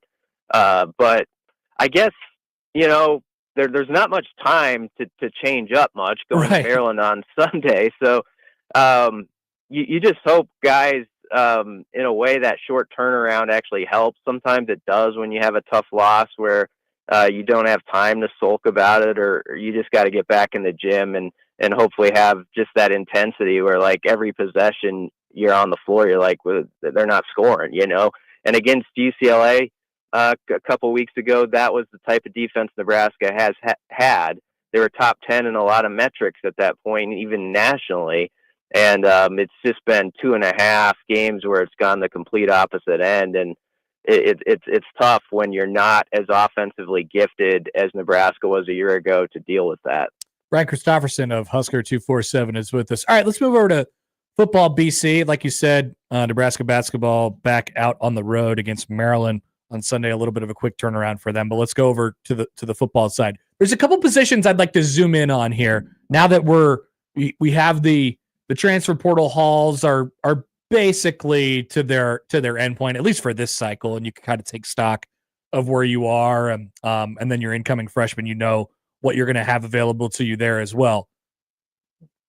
Opposite situations, I think, at defensive back, we'll just throw those two together, the safeties and the corners together, and then running back is another one.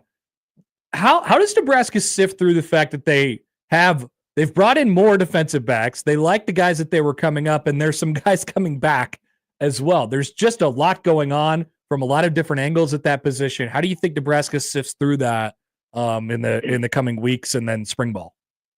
With elbows out in a very competitive spring, and I'm sure there's going to be, a numbers game where a few people maybe have to move on, after it's over, where you see where it sits. So, what's interesting about the secondary position is there's been somebody sort of new taking it over, 3 different guys over like 4 or 5 years. And so everybody probably has a slightly different eye for what they like. And so that's probably part of it where, this coach likes this particular player and he has a connection with him. And so you bring him into the program, and then another coach has a different angle.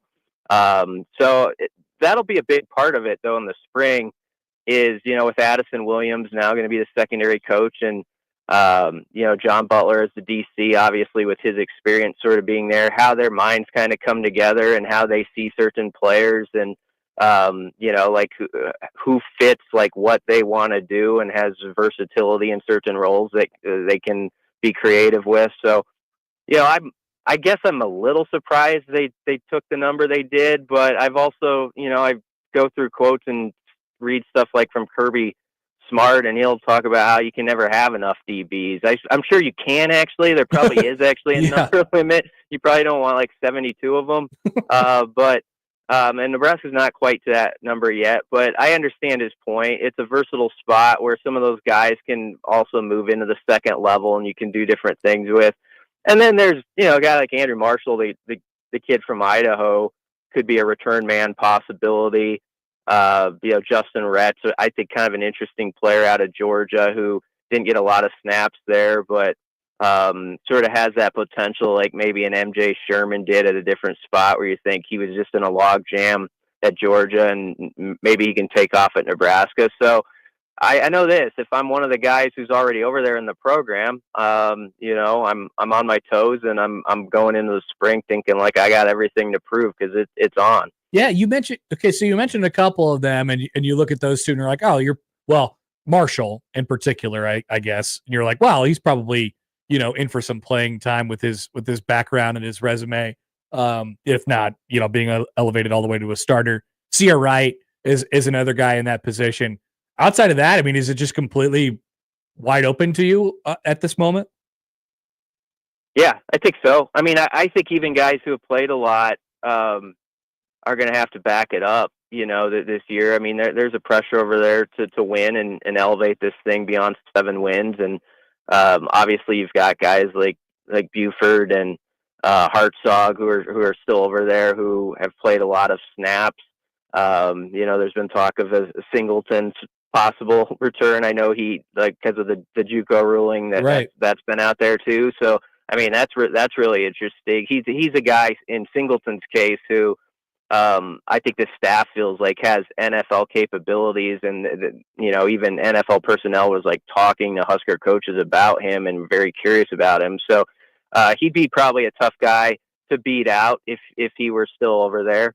But like I said, if I'd started for 2 years, I would go into this spring thinking, there's a different set of eyes on this, and there's a want to get this right. And it wasn't quite as good as it was wanted a season ago. So guys are going to have to really ball out. I think even that have a lot of snaps under their belt to make sure that's their spot.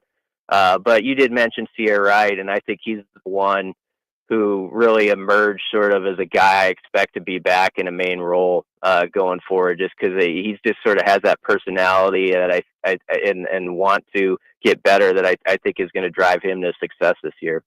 The other position I mentioned was running back, and Emmett Johnson comes back. Dante Dowdell and Gabe Irvin are out. You've brought in a couple of freshmen. Quentin Ives got some run during the bowl game and had some good practices leading up to it. And that's kind of the room at this point. Yeah. I haven't, you never hear, or you rarely hear, I suppose, about Nebraska, dipping their toe in the water of running backs in the transfer portal. Are they comfortable there, and should they be comfortable there during or after spring ball? I don't know if they should be comfortable, and I don't know if I actually don't know if they are or not. They say they like their room, and I will say this. Matt Rule has always brought up Quentin Ives, even unsolicited, when no one else is talking about him, that he likes him, he sees possibilities in him. And then it sort of got backed up when Holgorsen in December, who everybody's kind of taken as this just candid, he's going to just tell it like it is. He brings up number 28, as he called him, and how he's been showing out. And he said he had, I think, he said he had 9 outstanding practices, or he had just had a really good run in December. And I think that kind of perked everybody up. It's okay, the new OC sees something in him. Maybe we should take another look too. But he's obviously going to be a player in the spring that everybody's very curious about if it takes that next step, because I always am hesitant to use the it's now or never term with college guys, but I do think when you get to year 3 as a running back in a program, if you haven't been heard from, I think it applies there. So it's going to be a monster spring for him, and maybe Ives is going to show what Rule's seen and emerge as that next guy. Jamarian Parker's obviously coming in, and Connor Booth doesn't get talked about enough. So there are young guys who could add to it, but I think what makes people feel better is just how good Emmett looked in what Holgorsen wants to do. And so at least you've got that 1A piece, but yeah, you definitely want a 1B, I think, to feel really good about it. I know people felt a certain way about Emmett last year and throughout the beginning and the middle of the season when he wasn't getting enough run. I ended up really liking the 1-2 punch that him and Dowdell had. I think they worked well off each other with Emmett kind of being the main guy. It doesn't look like a 1-2 punch to me unless it's a big jump for Ives. Yeah, I understand what you're saying. It felt like kind of the perfect cocktail by the end. Yeah. With what Emmett's skill set and Dante's was, and you liked how that could look again going forward. It's just the reality of college football as it is, though. You're going to have a guy like that you're excited about for the next season, and then he's gone, and so that's where other people have to say, okay, it's my turn now. I've been the best player on my block growing up all my life, and now it's time to show it here. So we'll see with Quentin. I have, no bias one way or the other on him. He's just been. I know. I can't tell.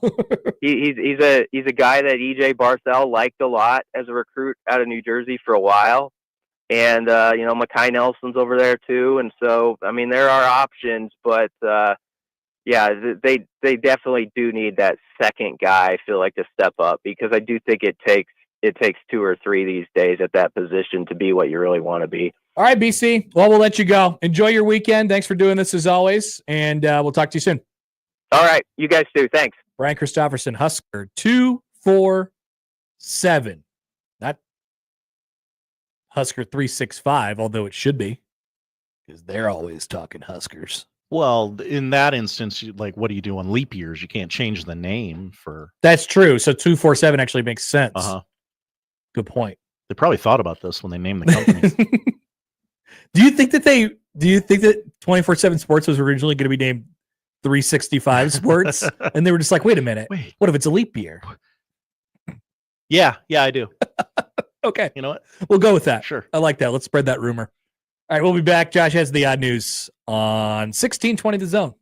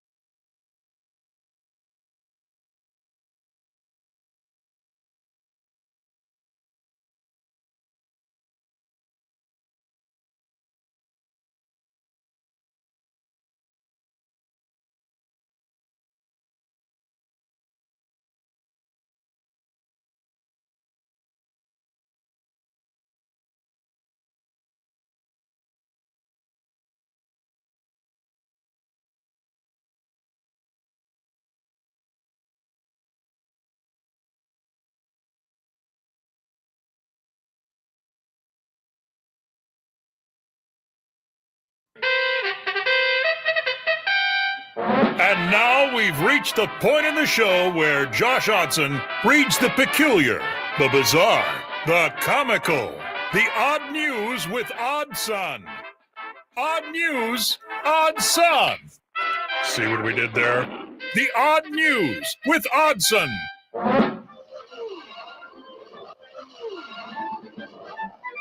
All right, Josh. Connor. What are we cooking today? Well. I had a mouthful of peanut butter. Okay.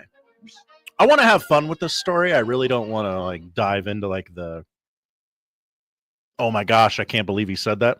But I would like to play a game of why did this guy say this? Yes, I love that game. Paul Feinbaum. I often wonder on Paul this Feinbaum had show? to be his show, right? Army-Navy game, a wasted Saturday. Uh-huh. Boy, that's a hell of a statement. Mm-hmm.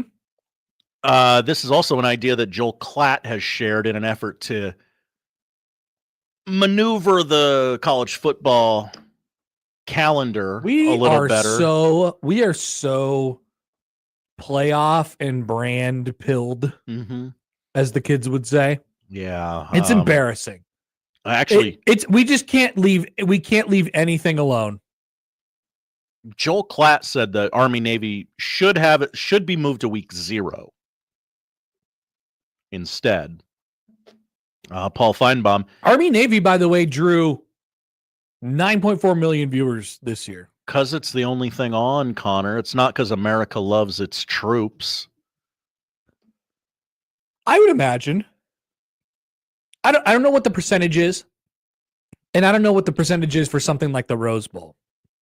But back in the day, people used to just watch things because it was the thing that they like. Like in this in particular, I'm going to watch the Army-Navy game because I always watch the Army-Navy game. I'm going to watch the Rose Bowl because I always watch the Rose Bowl. The Wizard of Oz is on Easter Sunday on CBS. Yeah, I'm going to watch the Wizard of Oz. Macy's Thanksgiving Day Parade. Yep, right? exactly. And we're just going to upend this? Paul Feinbaum said, we're wasting a week. I know I'm going to upset somebody, but the week of the Army-Navy game needs to be the playoffs. That is a wasted Saturday. What do we have? We have the Army-Navy game and the Heisman Trophy. We can't figure that out some other time? Get out of my way. I am big brand coming through, and I need this for the playoff. He's right if you're looking at it from that point of view. But once again, it's the same thing that I talked about over the last several days. Nobody sees the game globally. Nobody sees it. Nobody sees it globally. Everyone is fighting for the thing that benefits and suits them the best.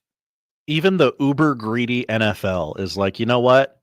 Yes, I will sacrifice one home game and I'll play this weirdo game in Madrid. Because it is, in the long run, it's a good thing. Yep. Nobody sees that anymore. We don't do any of that. Nope. Kid Sad. Cudi. You're familiar with Kid Cudi, Oh, I I imagine? love Kid Cudi. Well, the man on the moon. That's right. Day and night. Well, his house got burgled.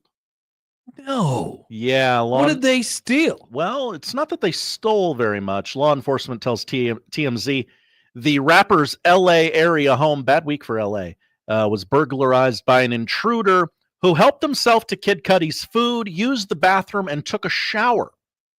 Oh, and then left? Yeah, one source says the intruder was discovered Wednesday around 5 p.m. when a shirtless man was seen on security cameras hanging out in the kitchen. Deputies rushed to the estate and caught the guy red-handed, but not before he'd eaten a meal and took a shower. One source says the man was taken into custody and booked for felony burglary and theft of utilities. Imagine. So, do you think this was targeted to Kid Cudi? Or do you think he just saw, oh, that's a nice house. I'm going to pee in there. Take a shower. I would imagine it's probably nice house. Yeah. Now, there's a lot of people in LA who aren't famous rappers, musicians, movie stars, whatever. They have a nice house. And so maybe this is just a case of this person picking the wrong house. Because now it becomes national news when you break into Kid Cudi's house and take a shower. Yeah. And then they find you shirtless. Yahoos like me. Or like, oh, Kid Cudi's house got broken into. Exactly. Then we talk about it on the odd news. That's right.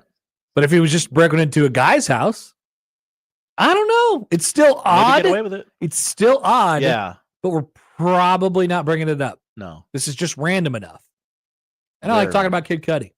I thought you might. I thought you might like that aspect. Kid Cudi was my guy back in the day. Oh. Oh yeah. Oh yeah. I was super into Kid Cudi. Are we not in on Kid Cudi anymore? Is he out with the kids? He started making bad music. Oh no. No, not like actually bad music. The music was bad. The music is bad. Yeah. Not like Is this like Kanye made bad music? Or not like that. Okay. Now, I mean, Kanye made bad music, but Kanye got off on some other stuff, right? I don't know that Kid Cudi really did that. It just the music started getting worse. Well, there's a lot of movie credits here. Yes, he was in Westworld. Remember? Okay. He was in Westworld hanging out with Jesse Pinkman for a couple seasons. I never watched the Jesse Pinkman episodes. Of really? Westworld. Oh, I got all the way to the Jesse Pinkman episodes. Really? Yeah. After the second season of Westworld, I was like, I don't know that I need this in my life anymore. I think it's very frustrating. I think Kid Cudi died in Westworld. Whoa! Spoiler alert! Nobody's watching Westworld ever again. Nobody is watching Westworld ever again.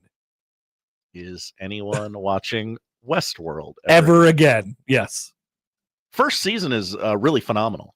Yeah, great television. Just like Kid Cudi fell off. We go to Iowa. Caitlin Clark? No, we will get to that Caitlin Clark thing, though. Iowa lawmakers have sunk a bill that would prohibit Iowans from petting sharks. Oh, that's good. Yeah. That's important. Ray Bubba Sorensen introduced the bill in response to a July incident at a Des Moines aquarium where an 18-inch bamboo shark bit an employee's hand. Mm-hmm. Sorensen's bill seeks to add sharks to Iowa's list of dangerous and wild animals. Sorensen told a House subcommittee Thursday that his bill doesn't shut this place down. It just shuts down them having to have people pet a damn shark. That's a quote. Yeah. I'd say it's smart. I don't know how they were getting away with that for that long.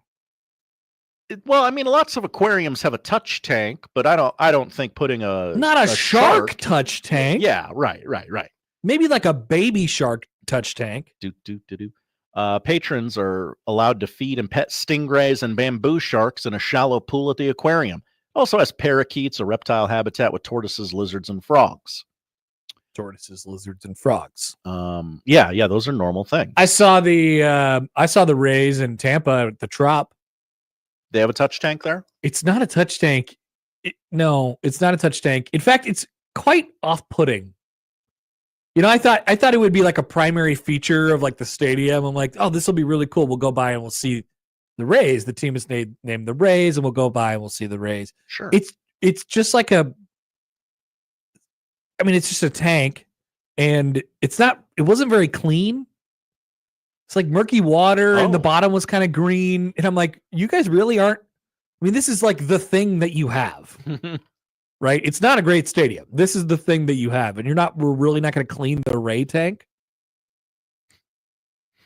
Also, that is very odd. Also, kind of surprised that Des Moines had an aquarium. I've never heard of it. No. That doesn't mean very much. I've never people always talk around here about like I went to Des Moines or something like that. And when I was in school for that 10 seconds in Iowa, they would like, we're going to go to Des Moines for tonight. You know, you coming with? And I'm like, no. Okay. It opened in May at the Jordan Creek Town Center. Oh, Jordan Creek Town Center. Yes. Jordan Creek Mall. Yeah. Very familiar with that. Okay. That's definitely an exit on the interstate. Also, I've never actually been to Des Moines outside of stealing the sauce at Pancheros every year. And, I think I stayed in a hotel on my way there, on my way to Iowa City once. I've never actually done anything in Des Moines. I was watching that women's basketball game last night, and they were the ribbon board on the score on the table. Yeah, what did it say? Had a bunch of Pancheros ads. I was missing it. Shout out to Iowa for that and that only. Also, Hayden brings up a good point about Westworld. Hayden, My wife and I are on the final season of Westworld because they took it off HBO and we had 4 episodes left. That's right. That's true. Westworld, an HBO show, no longer streaming on Wait, Max. so they actually finished it? Did they finish it? Hayden says they're on the final season. Yeah. Westworld's done. They're not doing that anymore. No, but like, did they finish it? It wasn't like it didn't stop halfway through a season. I don't believe so. They wrapped it up. I don't know if they wrapped it up. I find that hard to believe if they wrapped it up. Mm-hmm. They didn't wrap nothing up on that show. All right, Josh, thanks. Thank you, Connor. That's the odd news. The noon hour is coming up. Politics. We have to talk about politics. What? Yeah, we have to. Stick. No, not today. Politics. Ceasefire. Come listen to us talk about politics. Next on 1620 The Zone.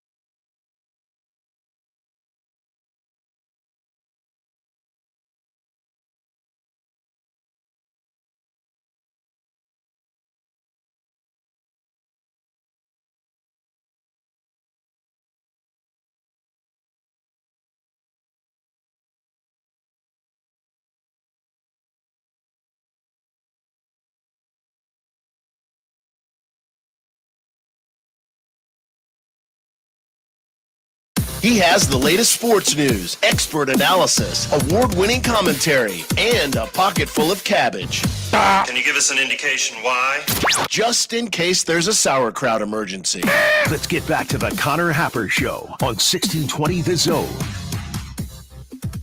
Hey, so what's up with Des Moines? What's up with you all in Des Moines? 515. Hockey Dad writes in, Des Moines makes for a great weekend. Lots to shop and eat downtown. El Bait Shop is a must. Sounds like a place in Iowa, certainly. So, but like, are you really going to Des Moines for the sake of going to Des Moines? Do people do that? A little down and back? Because I would ask you, if you're going to Des Moines, why not, and you're from Omaha, why not just go to Omaha? Well, you want to get out. You want to feel like you're getting out, exploring the world. Go get a hotel room downtown. There's thousands of them. You ever heard of a little staycation, Josh? Oh, I have.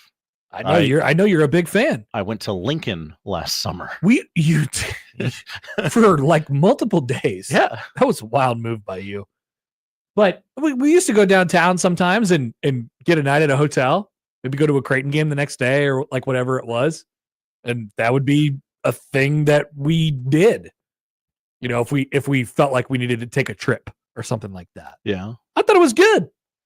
I'm on the El Bait Shop. I don't want to go to Des Moines. I don't want to go to Des Moines. There's nothing that is appealing about Des Moines. Well, what about this? Do Des Moines people go to Omaha? That's a good question. They have a drink. I don't have any details on it because it's just a picture. It is a shot glass. Sure. And in that shot glass, behind the shot glass, is a container of Tang, and next to it is a bottle of Jägermeister. No. Please keep me away from that. What is that? What's their food menu like at the El Bait Shop? Looks pretty good. It's bar food, but it looks pretty good. Okay. It comes highly recommended by Hockey Dad. He knows. Another great question from Chris in Montana. Oh, they got a grinder. Why not just go to Kansas City? That's where I would go if I'm like, okay, I want to go somewhere regionally. Right. Amazing Daniel writes in, Des Moines would be a great place for Josh to take a nap. I would love to. You just travel to Des Moines and take a nap. I do like napping in other cities. That would actually be great because you feel like, I always feel like if I'm going to a different city, I can't spend any time in the hotel room just because I gotta go out and see stuff. I'm missing stuff and I only have so much time here. Josh, you should go to Des Moines and take a nap because what are you missing during your nap in Des Moines? Answer, nothing. I can bring my Uno cards. I heard your Uno cards make you fall asleep. Splash that back on the YouTube stream. People really like Adventureland, I guess. Come on over to I like the song. Yeah. But so once again, just go to Worlds of Fun. Mm-hmm. If you want to drive 3 hours to go to a stupid amusement park, I got you. We got one. It's better. It's Kansas City. We have a Major League Baseball team. Yeah. We got an NFL team. We have more things to do. We have more places to go. More soccer. More food that's good. Whataburger. Yeah. Bobby Witt Jr. is there sometimes. World Cup. NASCAR. Like I would happily drive the half hour more. Now, what's the more exciting drive? Omaha to Des Moines or Omaha to Kansas City? Omaha to Kansas City. Are you sure? You're not a fan of wind turbines? It was pretty cool. It was like, whoa, look at how big those things are. I wonder if any of the propellers ever fly off of there and murder anybody. That's what everyone always says. I can get a...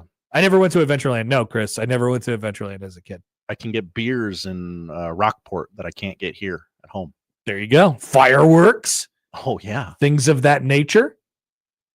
Brian is standing up for Des Moines. He says Greater Des Moines has some nice golf courses. Okay. Okay. I know the Amana colonies are lovely. John emails in. Hi, John. 2-hour drive to Des Moines feels like 5 hours. That's right. Why would you do that to get to a town that has nothing? Thank you. Exactly my point. Jim writes in. Hi, Jim. Have you ever been to the Iowa State Fair? Or have you ever been to downtown Des Moines? Great city. I'm from Omaha. world class. Wait, so Jim, are you saying this about Omaha or are you saying this about Des Moines? Des Moines is a great city and Omaha is a world class city, or Des Moines is also a world class city? Poll question: is Des Moines a world class city? The most time I ever spent in Des Moines, I think, was either I played a junior college baseball game there once. I stayed in a hotel there once on my way to Iowa City, and I was on the ground at the Des Moines airport because we couldn't land at St. Louis. Oh no. And they took us all the way to Des Moines, and I was triggered. I was like, why? We got to Kansas City. It was Omaha, and then we got to like Kansas City, and they were like, hey, we can't go here. We're going to Des Moines. I was incensed. I think even though I never left the plane, I was just so angry about that. Planes are planes, I guess. But yeah, you were around planes. How could you be this mad? I know, but the whole point of being on a plane is being off a plane. You know what I mean? You only get on a plane to get off, right? I got a text here. El Bait Shop is solid. Okay. Okay. Couple people standing up for El Bait Shop. Platcat writes at you, Josh. Says, are you a Yingling guy? Rockport, closest you can get a Yingling. Yingling is definitely something that my brain does oh my gosh, I can't get it at home. I have to have it. But if it was available here in Omaha, I would not. I mean, it is now, right? I mean, haven't we reached the point where we have Yingling? It's readily available. It's closest you can get it is Rockport. They're not in Nebraska yet? No. Can't you get it at one of those mega beer stores that we have around town? No. It's also not worth it. But it's one of those things like, ooh, Whataburger. I have to eat at Whataburger. I don't have to eat at Whataburger, but my brain plays tricks on me. O-Trips writes in, Des Moines is just a worse Omaha. TBH. I totally agree. Yeah. That's my exact reasoning for why would anybody ever go to Des Moines. Okay, we've slandered the state of Iowa enough. Let's move on. Have we? Oh, I guess we could always do more. Mm-hmm. Yeah, if anybody has any more takes about Des Moines, then please send them our way. Feel free to send them our way. We will happily read them on the air. Headline from Yahoo Sports.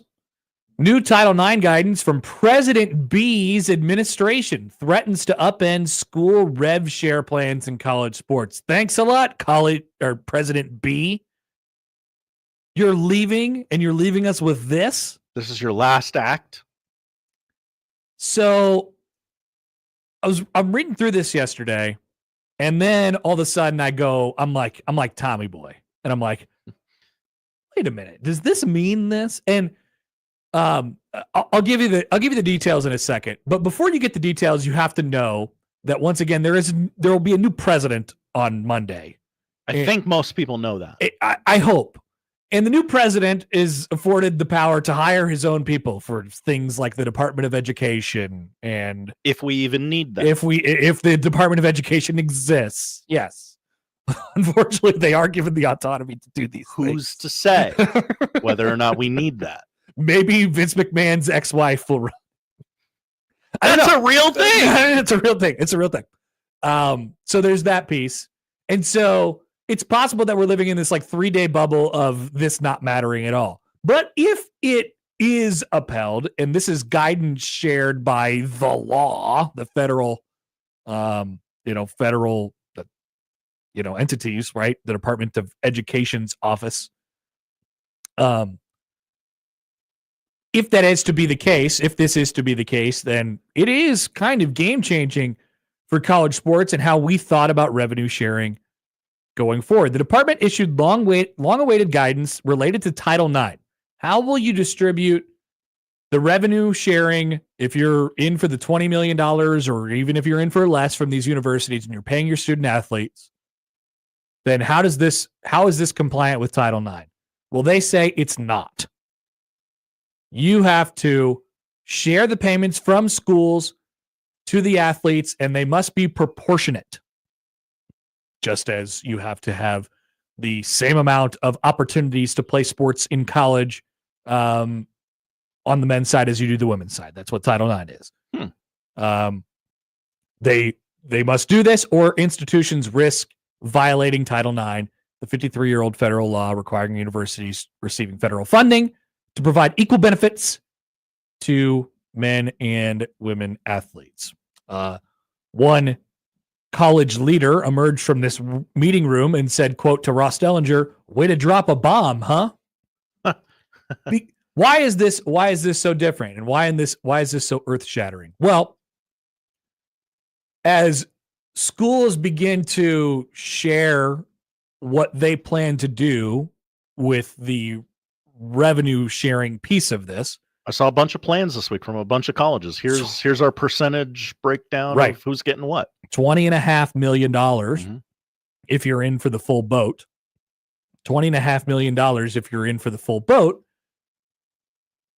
Teams in schools, I should say, the baseline that I saw for football schools around the country, which most of the football schools receive, federal funding, although obviously Nebraska's money would be coming from its athletic department since it's a self-sustained athletic department.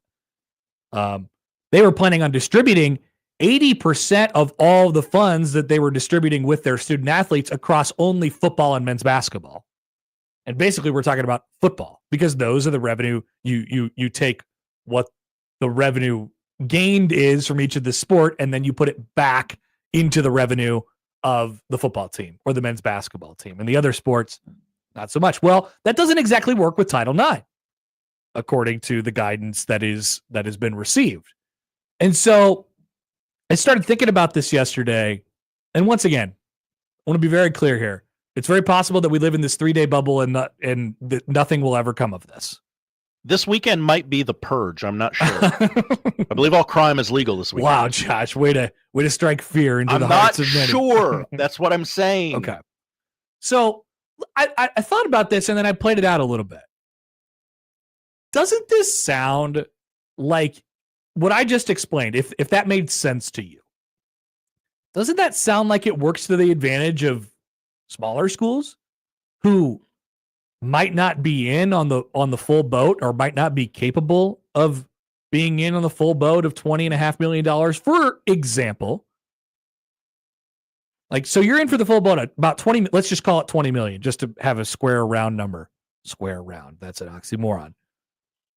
Schools, I was with you. Schools were originally planning to weigh at 85% for football and men's basketball, and now you have to spread it evenly out across the entire, basically, athletic department. According to the financial aid stuff that I could find, public schools, it's obviously easier to find. Nebraska has 864 student athletes. That's a lot. How many do you think Omaha has? How many do you think Creighton has? Not 864. That's correct, Josh. About a third of that. Omaha says they have 364 student athletes. Creighton says they have about 300. They're not required to, tell, but 300. Let's just say they have 300 student athletes. So if you stick with the round number, and once again, maybe I'm an idiot. This is all everybody trying to figure out exactly what this means, and maybe not even taking the time to do so, because you might not have to. It might not matter, right? But I thought about it because I have time. Like Tommy Boy, I've got time. I've got time. $20 million divided by over 864 student athletes is about $23,000 an athlete. $23,000 an athlete. Now, you can skew it as long as you skew it evenly. Men's and women's? Right. Okay. You could skew it as long that's as far as what was said yesterday. That's what I believe to be the case. You could skew 10 million to men, 10 million to women if we're sticking with our 20 million round number. Right. Okay. Or if you distribute it evenly across, it's about an average of $23,000 an athlete if you're doing $20 million. Now you could skew it like our football team itself is going to make X percent of it, but then everything you give that has to be evenly weighed out back on the other side. So your volleyball team is just making bank, or your women's basketball team is making bank. And remember, football team is the biggest team that you have. It's 105 people. Okay. It's going to be 105 people, so you have to evenly distribute that out somewhere else. So let me wrap my head around this. If you're saying, okay, we're going to give, like a lot of schools said, we're going to give 85% to the football team. I would have to give 85% of 10 million to one women's team? No, you would have to give it to the same amount of women's athletes. Okay. Which I believe by math rules is impossible. If you're giving, you can't give 85% of one thing and 85% of the same thing, a different 85%. So if you have only 300 student athletes, such as Creighton, and you're looking to be equal with your peers, if you're looking to be equal with your peers, like Nebraska, wow, they're in for the $20.5 million, but they have 3 times as many student athletes as we do. And they have to distribute it equally across both men's and women's opportunities. And so in order for Creighton, just using them as an example here, to get to the $23,000 number per student athlete that Nebraska would be paying its student athletes, Creighton's only in for $7 million. Right? A third of the student athletes, a third of the money. And the students themselves, the athletes themselves, get the same thing.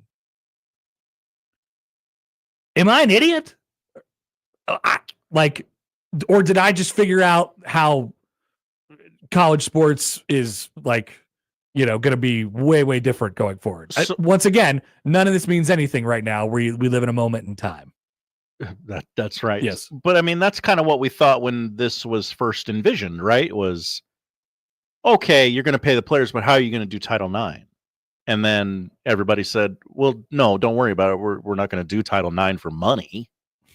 We don't do Title IX for money in the business world. I don't know if you've heard the phrase 70 cents on the dollar. I thought we were just going to blow through that. Not according to this administration. Okay. Which is leaving in 2 days. Right? I kind of agree with the person. What a bomb to drop. Yeah. I mean, that's a significant upheaval if that's the case. Because think about it. Like, if you're Nebraska and you're able to pay, you are absolutely, completely, and fully paying the $20.5 million. There's I don't know how many of them it would be around the country, probably in the neighborhood of 50, 60, 70. We're talking about Power 5 football schools, basically. You're going to be in for the $20.5 million. For some schools, it might be a struggle, more so than others. For Nebraska, it's not really. You're getting huge TV money and all that stuff. So $20.5 million, and you're planning on weighing 85% of that to your football and men's basketball teams. What's 85% of $20 million? It's like a lot. $17 million. Nailed it. $17 million. Wow, good for you. A $17 million football and men's basketball team with what? 120 roster spots? That's pretty good. It's hard to if you're Creighton, you can't pay your men's basketball team that much. You can't. Yeah, like you can't afford to do it, probably. But if it's spread out over both sides and equal opportunities, and you have 900 student athletes,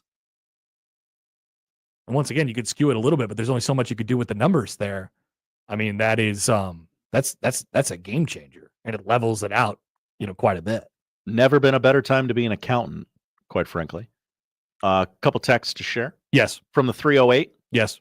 Guidance. Correct. Is not equal law. Correct. I'm just gaming it out. 308. You're smarter than me. I'm just gaming it out. Chris in Montana. So in the Dellinger story, it says this: the document is not a regulation, but only guidance.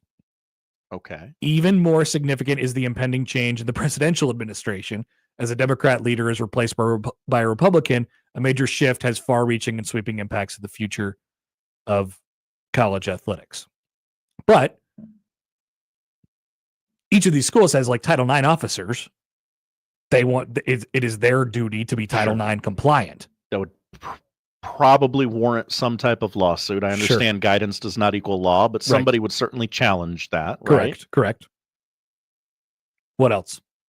Chris in Montana, I read this text a few minutes ago, and I just can't stop thinking it. If I'm Connecticut, I'm dropping football. If this is a thing. Right? Yeah, absolutely. It's so many people.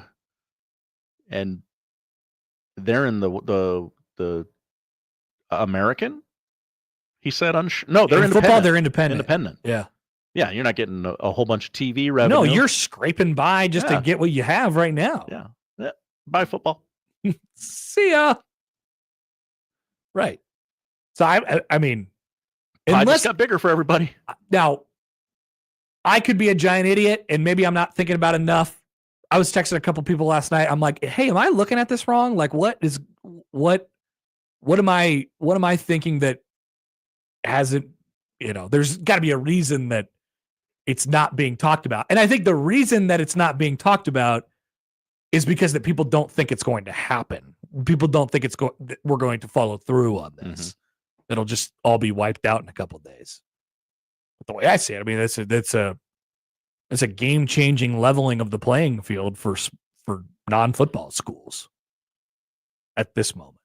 Certainly an advantage, unless, again, we're missing something, which is possible. An advantage, like not necessarily an advantage, but the football schools that have the money are going to be way well off, like, in a way better situation to pay their student athletes and to recruit student athletes based on that and all of that stuff. So I guess I would call this like a leveling, like a taking away of the advantage. And if that's the case, and if you go to this, which once again, I don't know, and if it's this model, then NIL comes back into play. And then you have that on top of it. I mean, there's a whole lot here as far as the landscape is concerned and the money that I would like. I think Nebraska's probably got everything figured out. Now they got to, what are they going to, are they going to fund the whole baseball team? Are they going to do the full amount of scholarships they're allowed? Like, they got decisions to make on that part. And it's not like they're going to be sitting on a pile of cash like Scrooge McDuck or whatever, but they're going to go in for the full boat.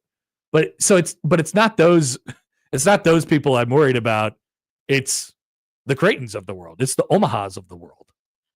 Like, how do you handle this with not this story in particular, but revenue sharing in NIL? And knowing that, I mean, Creighton's trying to compete with schools in the Big Ten. Obviously, they're in the Big East, and everybody else in the Big East besides UConn is in the same exact boat as they are. They don't have football teams, right? So they're not getting big money. But they want to be just as good as Alabama in basketball. They want to be better than Nebraska in basketball. They want to be better than Purdue in basketball. How do you compete with that if they're paying their student athletes X and you're paying yours Y? And Y is a lot less than X. Hard. I've thought about that a lot, and I don't know the answer. I don't know that anybody knows the answer at this point. Okay. Not me. No. I just thought I'd bring that up today because I thought that it was weird. We'll see what becomes of that, if anything. From the 402. Hi, 402. Trump is going to cancel Title IX and bring back TikTok. What? Who's responsible for canceling TikTok then? Supreme Court? Who is? I don't know the answer for. I thought Trump was like out on TikTok. He's he's back in. He's not the one who's canceling TikTok. Yeah, because like he went on all those. It expires. TikTok has to be sold the day before he gets in office. Okay. Which would be Sunday. Right. And he's going to bring it back. That's what people were saying. Because I thought he didn't like it. I don't know if he can. Well, now he likes it. Okay. Gotcha. Good politics talk, Josh. Yeah, I think we nailed it. What? Are the comments bad? Why No. did you say that sarcastically? Words have lost all meaning. We're back after this on 1620 The Zone.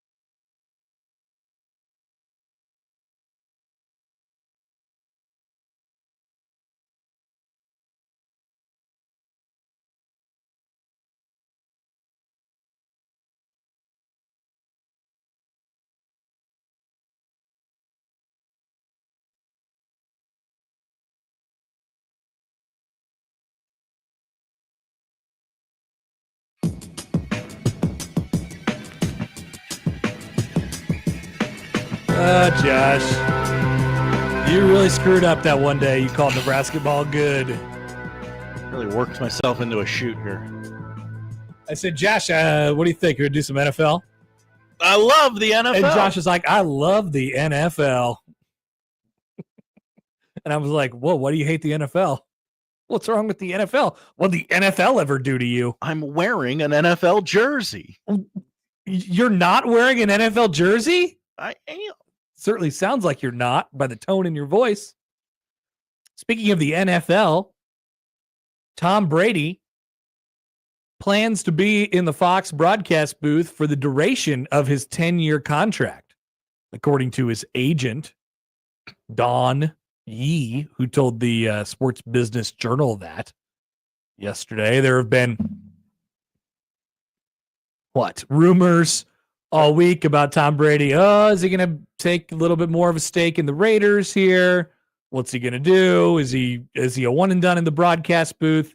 And according to his agent, and we know that agents never say stuff for leverage. Nah, never have, never will. That he's most noble profession. He's going to not only continue to be in the Fox booth, but do all 10 years, which I find virtually impossible. Sure seems that way. Yeah. What were you laughing at? I see a tweet. A tweet? It's from the Boston Celtics. Uh-oh. We have recalled Baylor Shireman from the Maine Celtics. Yeah. That's great. But it's from 4 hours ago. Why is that at the top of my timeline?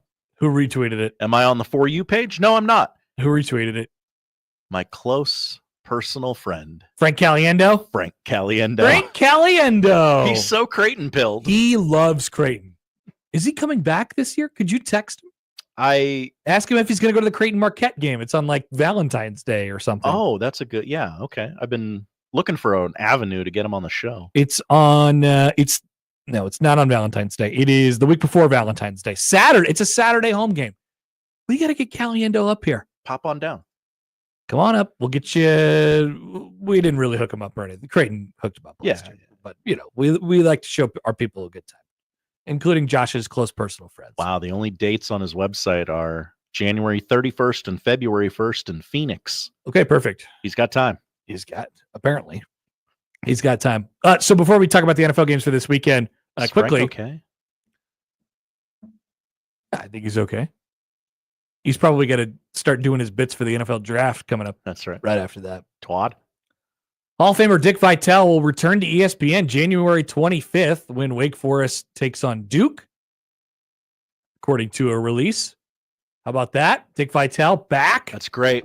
Man, that's awesome. That's fantastic news. Dick Vitale sending out words of love the other day when Jack Hoffman passed away. That's right. Man, Dick Vitale's been through a lot. Dick Vitale reminds me of the old version of college basketball, where I kind of used to watch like College Game Day, and there was a video game, and I just thought that Dick Vitale and Digger Phelps were the only people that mattered. I would just sit by my television and I would pray that one day one of them would utter the word Creighton. I don't think it ever happened, really. Do you know? They got to the NCAA tournament a couple of times, but they were never really in the But man, if they were still talking about the Big East in these days, which they aren't, nobody on ESPN is. Nah. Like that conference doesn't exist.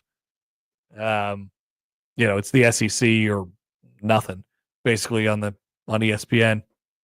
Best conference in America. Man, that'd be nostalgic. That'd be fun. Anyway, let's talk about these games this weekend, Josh. Okay. I think that there is a chance, not a likelihood, not a probability, not a certainty that chaos will happen. And I think, and the chaos, I guess, the chaos road here is the top two seeds losing. Obviously, I think that the Bills could lose to the Ravens. Sure. Hell, they're underdogs, so that doesn't even count. There's no chaos theory in there. And the team that I obviously feel most comfortable about winning the game outright this weekend would be the Kansas City Chiefs. Definitely. against the Houston Texans. Highest confidence rating. So I'm looking at the NFC. Let's zoom in on the NFC first. Commanders Lions. I think if you're the Commanders, you want it to be a little up and down, a little blow for blow. Jaden Daniels. He can make plays off schedule. He's good against the blitz. And I don't know. I don't think the other one seed's in danger, like I said, but I think this one could be. But you need to in this game, you need to follow the tried and true formula for a football upset. Quick start, keep it close, make a play or two at the end. So you should be sitting up in your seat, pointing at your television if Washington, takes the ball and scores first or gets a stop or, gets a touchdown in their first possession. They're off and running. Get some of those Lions fans thinking, oh no, are we the Lions again? Because that still exists. They're not used to being this good. With their injuries this year, certainly that is in the back of a lot of Lions fans' mind. There is always this, oh boy, what if we're just destined for pain always, even if we're good? I could see it. I don't know what the likelihood would be, but I can see it. I could see the Commanders winning. I didn't even pick the Commanders to win against the Bucs last week. That's right. But you had highlighted Buccaneers trendy NFC Championship pick. Yeah, I thought it was going to be closer than it was, and that's the way it turned out. I think either of the teams that could have ended up in that game would have had a chance in this one. I don't know what it is about Detroit that I just can't be like, yeah, they're a wagon and they're going to the Super Bowl. I guess it's just the pedigree. Right. I definitely. I guess it's just the lack of pedigree. But I just can't completely trust them yet. And I guess you only get that when you go to the Super Bowl. And then all of a sudden you have championship pedigree. And it kind of flips overnight, doesn't it? How about the Eagles? They have championship pedigree. I've seen it. I can see chaos here as well. You know who else has championship pedigree? The Rams. I have also seen that. Here's what I'm doing if I'm Philly. If I'm the Eagles, I'm taking the ball right away. I'm taking the ball. I know they love their defense, but I'm taking the ball and I'm just going to work. I'm going to rip off an 8.5 minute drive. Start the game that has 16 plays, and I'm just going to drain every ounce of air out of this game that I could possibly find. I am going to suck the life out of it.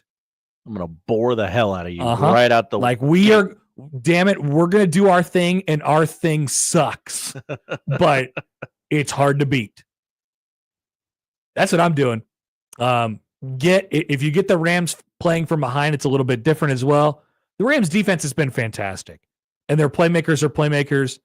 In my mind, this is a one possession game. I think Rams Eagles is a one possession game. I think it could easily be the best game of the weekend. Easily. I don't. What do you mean by that, Josh? I don't think it like it will easily. I be think the best it has. game? I think it has the greatest chance of being close. I guess that's a better way to word it. More so than the Bills and the Ravens. They met earlier this year. It was not close. The grunt of the century. Yeah. Sorry, I was trying to play the start of that grunt. Actually, just keep that on there forever. What's that? Bills Ravens? I can see, I think this is a one possession game. Eagles and the Rams. And the Eagles require Sunday's such a banger. The Eagles require, I think, that they play with a little bit of the game control. But the Rams are a kind of team that can get splashy and flashy, and so they can make a run at you if you're not careful. But the Eagles has just been not susceptible to that at all this year. They get up by a touchdown or 10 points or 14 points, and then they literally take their bodies and they sit on you. They're like, I'm going to sit on you. The Eagles are kind of like Fat Bastard in a way. They just kind of get up there and then they just sit. I'm sad because I eat, and I'm eat because I'm sad. I don't think that's the line. I'm eat because I'm sad. No, I think it's I'm fat because I'm unhappy, and I'm unhappy because I'm fat. That's it. That's the Eagles. I'm eat because I'm sad, and I'm sad because I eat. I knew it was something like that. Whatever. All right, Chiefs Texans. Yeah, not exactly. Here's a stat, Josh. Patrick Mahomes is 6-0 in the divisional round. Have you heard this? Have you seen this? What round is it this week? It is the divisional round. Okay. I was sitting there last night staring at my computer and trying to find some stats or whatever. I couldn't really find a path to Houston winning the game. It's the first playoff game that I've felt that about it in a long time. I just don't see it. And this is coming from a person who loved the Texans coming into this year and loved the Texans last year. But ever since Diggs went down, their offense just hasn't really done it for me. And then I watched Stroud and I'm like, ooh, I don't know what happened there. And he was good last week. He was good. He was.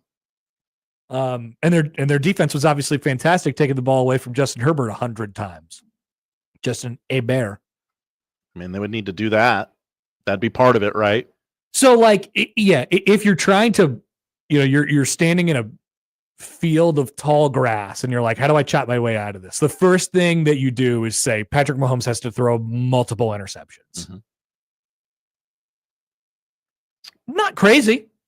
He'd be throwing picks. Could happen. He'd be throwing picks. Kansas City, though, is at full strength. And you trust their playoff. I do anyway. I trust their playoff ability enough to be able to not be rusty after a bye week, right? I'm like, they didn't play last week and they didn't play against Denver in week 18, and I don't care. Like Patrick Mahomes, 3 weeks off. They're one of the few teams where you can't actually make the case to me that the rest is bad for them. Anybody else, I could see it. It's like, oh, the rest is bad for them. They're going to play a team that's hot. They're coming in. It's the whole thing about the baseball playoffs and the divisional round and the wild card round. Like, all those wild card teams won this year. I just, like, for Kansas City, I just don't think it applies to them. They clearly have shown the ability over the last several years to have a switch and be able to manually control it. They know exactly what they're doing. Would you be surprised if Travis Kelce has just been sandbagging us the entire year and he's actually back to being the GOAT in the playoffs? I kind of wouldn't. No. I kind of wouldn't. They've got a little of that, not so much recently, but remember it was, well, LeBron kind of messes around until it's June, and then he flips the switch and becomes a world beater. Mm-hmm. I could imagine the Chiefs get bored during the regular season. I really, seriously. And yet they're still the 1 seed. Yeah. It's amazing. So I don't know. It's hard for me to carve out that path for Houston. It just is. It would have to be one of those disaster games where on Monday Gary's talking about, well, the Chiefs played bad. The Houston didn't win the game. The Chiefs played bad. The Chiefs would have to play real bad. Yeah. And then we go to Bills Ravens. It's coming. Who finishes drives? Who possesses the football more? Who avoids the off-schedule massive play more? Both of the quarterbacks in this game made unreal, like jaw-dropping touchdown passes in the previous round. Lamar running around for 100 seconds and then that little dump off to their running back who scored a touchdown. And then Josh Allen's, what was it, a 60-yard, after running around and doing a whole bunch of pirouettes back of the end zone, and the guy had his foot in the air as he was sliding. I mean, that was incredible. What a throw and what a play. These two quarterbacks just do that stuff regularly. And so we're desensitized to it. And then they do it and you're like, whoa, no, nobody does that crap. And they really don't make many mistakes either. There's still the playoff Lamar, and there's still, we don't believe in Josh Allen in the postseason either, and both of them have run into the buzzsaw of the Chiefs over the years. But who's gonna be able to stop that off-schedule play, not allow it to happen to them? Who's gonna make it and who's gonna miss it? And it's not just that. Both of these teams, if they want to, could absolutely ram it at you. Ugh. They'll just run it at you all day long. Run the ball. Nobody has proven that they could stop the Ravens on the ground. And only one team has really proven that they could stop the Bills on the ground, and that was the Ravens, interestingly enough.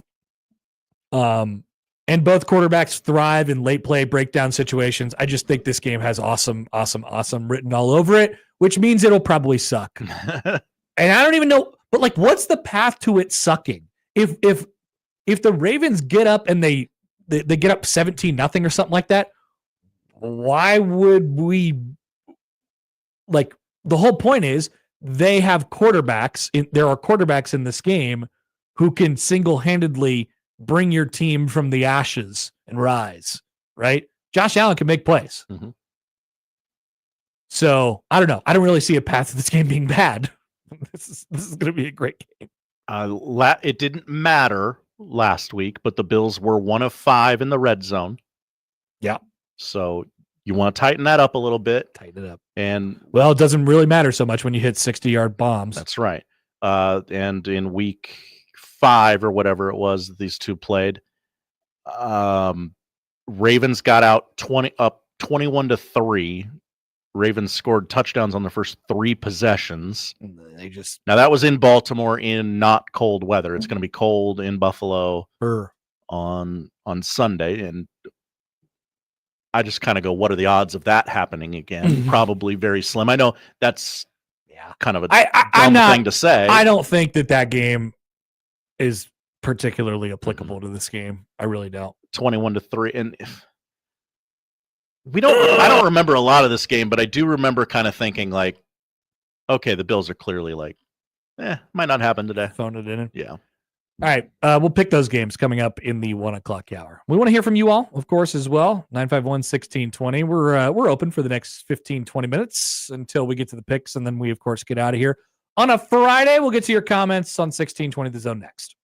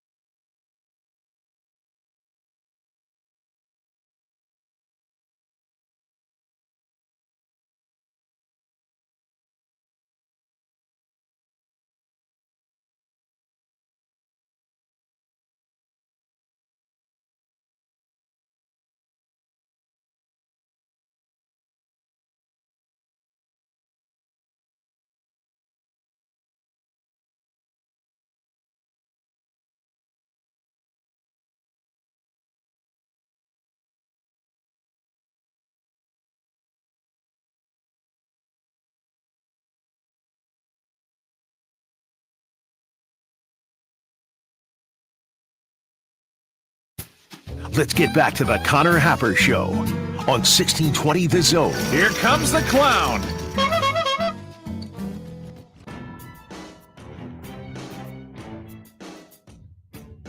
All right, poll questions are up for the show today. We'll check in on those in just a little while. But most recently, are the Eagles fat bastard? Many are saying. And is Des Moines a world-class city? Couldn't be. I don't want to sway you one way or the other.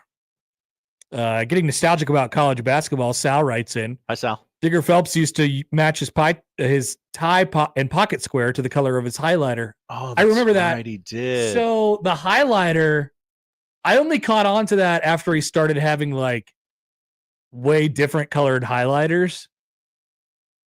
Which, by the way, do people use highlighters anymore? Are people highlighting? Well, that's a poll question if I've ever heard one. Are you highlighting, Josh? Now you're a pen and paper guy. Are you highlighting? Very rarely. What about whiteout? Oh no, no. I was really like too much work. I was really like the idea of whiteout, and then I found out, like you said, how impractical it was later on in life. Probably because when I was a kid, I really liked the smell of it. You end up looking Huff and whiteout. You end up looking like Dwight Schrute in The Office, where it's like, okay, you're hunched over, you got this teeny tiny you brush in your blow hand. on it or wait for it to dry. It's nonsense. That was great times when Digger Phelps was a part of the college basketball, like mainstream thought process. And then we got an email on that same subject from Sean. So Dick Vitale, I didn't know about this in Creighton lore. I don't know when this was. Sam probably knows. I assume during the Corver era that Dick Vitale actually did a Creighton game when they were playing at the Civic. And he compared the atmosphere to Cameron Indoor. Hello. That's crazy in here. It's like the Cameron Crazies. Oh, baby. Yeah, back when Dick Vitale was a regular part of our college basketball conversation space. Zigzagging all over the country. I did a quick Google during the break, and nothing appeared. Oh, okay. There was like... So I should stop Googling. Somebody was named Dick Vitale, like player of the week or something like that popped up. This would definitely be a good... it's just a good not me question. Rob? Yeah. And Rob's probably not listening right now. If he is, he probably would have texted by now. Speaking of Creighton basketball, Josh, Hell in a Cell. Come on. Hell in a Cell. It's coming up Saturday, 11 a.m. Some people are like, I don't like 11 a.m. college basketball games. And I'm like, what are you talking about? That's the best possible time to play it. Why? I don't necessarily disagree. I want to hear you. You wake up, you get whatever you got to do done, and all you got to. You're knocked out before 1 o'clock in the afternoon. Take a nap afterwards. Absolutely. Shuffle some cards. Shuffle some cards to put you to sleep. Sleepy time shuffle for Josh. I'm good with an 11 a.m. game. Sure. Noon on the East Coast. Does UConn still hate Creighton? Is this I haven't seen much trash talk this week. I haven't seen any graphics with cornfields on them or anything like that. I think they've been a little more careful this year because they're not the wagon. Creighton should if they win, they should do a graphic with a cornfield in the middle because they have cornfields too. It's like, oh, UConn, sorry, we're leaving you in the cornfield. It is a whiteout tomorrow. They always pull out all the stops for the Jays, don't they? Interesting. It is. Huh. Is Creighton UConn's biggest rival in the Big East? Or would it have to be somebody in the closer proximity? St. John's, Providence. Yeah, are you going by, a rivalry can go by who's your biggest competitor, who's your biggest geographic. But the way it starts is the way it starts, right? Creighton has had a lot of success against UConn since UConn joined the league. Yeah. They've only lost to him a couple times. Creighton's only lost to him a couple times.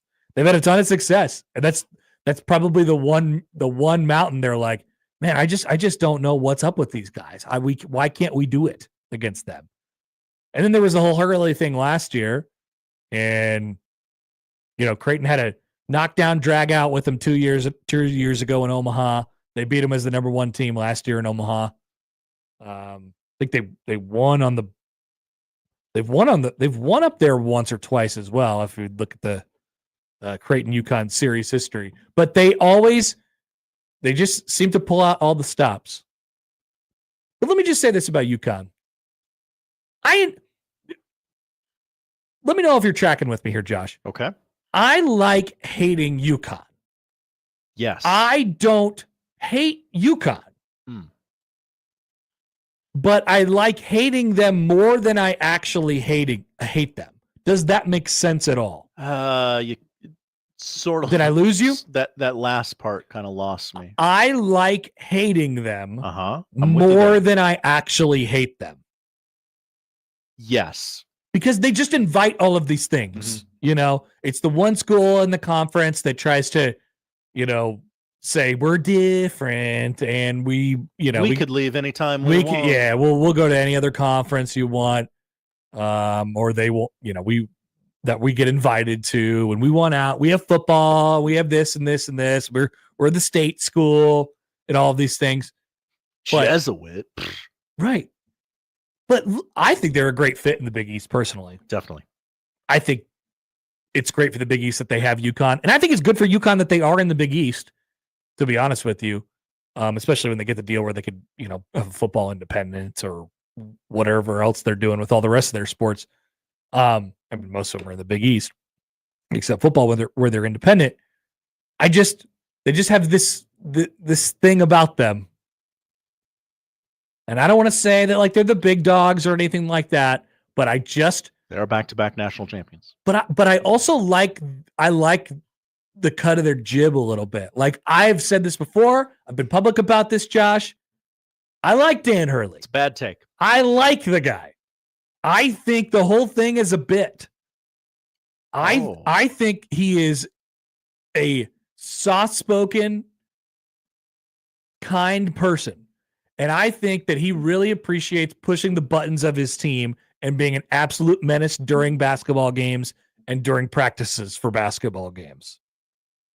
I think the whole thing is an act, and he never stops playing it, and he never stops saying what he says. And so when whatever happened in Omaha last year with somebody yelling at him as he goes into the tunnel, and then he didn't seem to have like a real big problem with it at the time, and then they go back home and they're like, well, I guess that's how other places act. Like, I love that. I think that's really fun. I like that he exists as a villain. Yes. And I think he has some likable aspects of his teams, but he is so unlikable on the sideline that like he just invites. Oh, don't get me wrong. Don't get me wrong. I'm not like cheering him on during the game. It's like, oh, nice. Yeah, get him going, Dan. Way to go. No, I'm like, you sit down. I like that he's a foible. Sit down, Dan. In a league full of great coaches, he's exactly one of them. And coaches that like really love each other and wrap their arms around each other and hashtag respect Ed Cooley. Everybody respects Ed Cooley the same. Right. That's right. Dan Hurley is like bleep Ed Cooley. Don't care about that guy. I'll be different. It's him or me. And it ain't going to be me. Creighton UConn tomorrow at 11 o'clock on 1620 The Zone and 1019 The Keg. Curious about it. Creighton has an opportunity. You got to take advantage of them.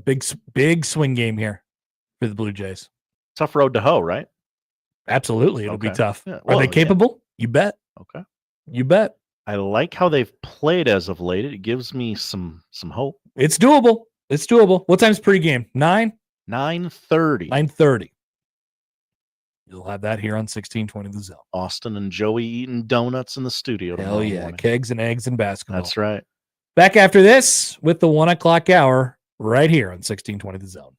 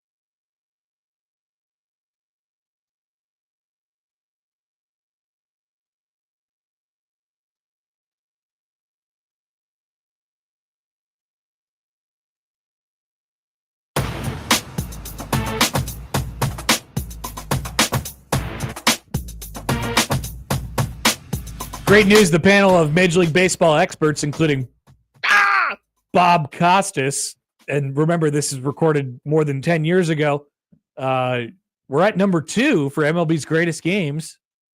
That is Game 7 of the 1991 World Series between the Minnesota Twins and Josh's Atlanta Braves. This is the series that I've told the story before that I became a Braves fan. Because they lost and they're losers? No, because my dad was rooting for the Twins, and just to be a punk ass, I'll root for the Braves. You know, and it stuck. I have heard that story so much. I never thought to do that.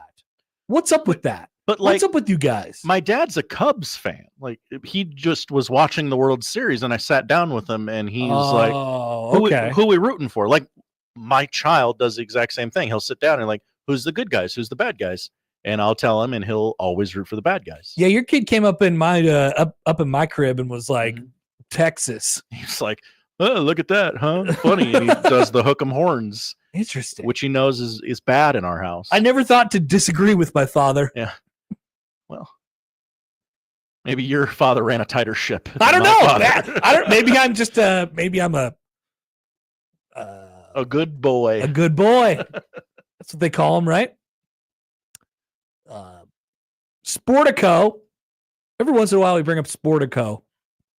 We're talking contracts. What are we talking about? Just money in general.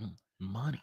UConn women's basketball and Nebraska women's volleyball are the 2 women's college teams to eclipse $2 million in ticket sales for the most recent season in the Sportico database. That's right. UConn women's super rare air. UConn women's basketball still going strong. Almost $3 million in ticket sales. 2022, 2023. Now I'd be curious. So this is 2022-23, not 23-24. So I wonder what Iowa women's basketball would. The Caitlin Clark thing was definitely already happening the year before. Iowa is in the top 5 in women's basketball, $1.44 million in ticket sales. Like, I wonder what that looks like a year later for Caitlin Clark. Oklahoma softball on the list. I mean, these are the 5 foremost women's athletic programs in the country, or I guess were. With the subtraction of Caitlin Clark, I don't think Iowa probably belongs in that club anymore. You probably South Carolina. You probably put South Carolina in there, yeah, or maybe I don't know. Maybe UCLA is about to go on this like gigantic run in women's basketball. Do they have like a star on that team? Yes. Or are they a team? Okay. Yeah. Oh, they're good. Yeah, they have a star. I didn't know that, like, I haven't heard of anyone that's like a Juju Watkins. Maybe you should check it out. I also haven't watched them, to be fair. I watched them play twice, sadly. And they smashed both of our local. Yes, they did. Of our local college basketball teams. The only problem is I'm having problems coming up with the I believe it's Betts, I believe is her name. Mm-hmm. Yes, Lauren Betts. Yes, Mookie Betts. That's Betts. Right. Yeah. I believe that is their their best player. But yes, they're probably a little bit more of a team oriented type of deal. But anyway, the 5 most noteworthy or biggest brands of women's athletics programs in the country: UConn women's basketball, Nebraska volleyball, Wisconsin volleyball, Oklahoma softball, and Iowa women's basketball. Which, once again, I think that 5th one is kind of replaceable a little bit. I know Iowa fans probably are going to like to hear that, but we still support our team in droves, Connor. And they do. They had a good crowd last night. They probably get better. They get better support than the men's team, which is cool. But you know that you were just Caitlin Clark, right? They know that, right? I'm just saying. How dare you? It's like, I know that. Yeah, well, Lisa Bluter retired, and now it's Jan. A lot of people asking if Big Ten protocol was followed last night. To my knowledge, it was. Okay. It was followed last night. That's good. Like, I hope. I'm glad that Caitlin Clark was there and that it made people show up. But you're not going to get the same kind of notoriety, even in ticket sales. Sure. When she leaves the building, she was driving. There was an economy around her. The first comment on this tweet. These should be great. The first comment that I see, and maybe it's just tailored to me because I'm a Nebraska person.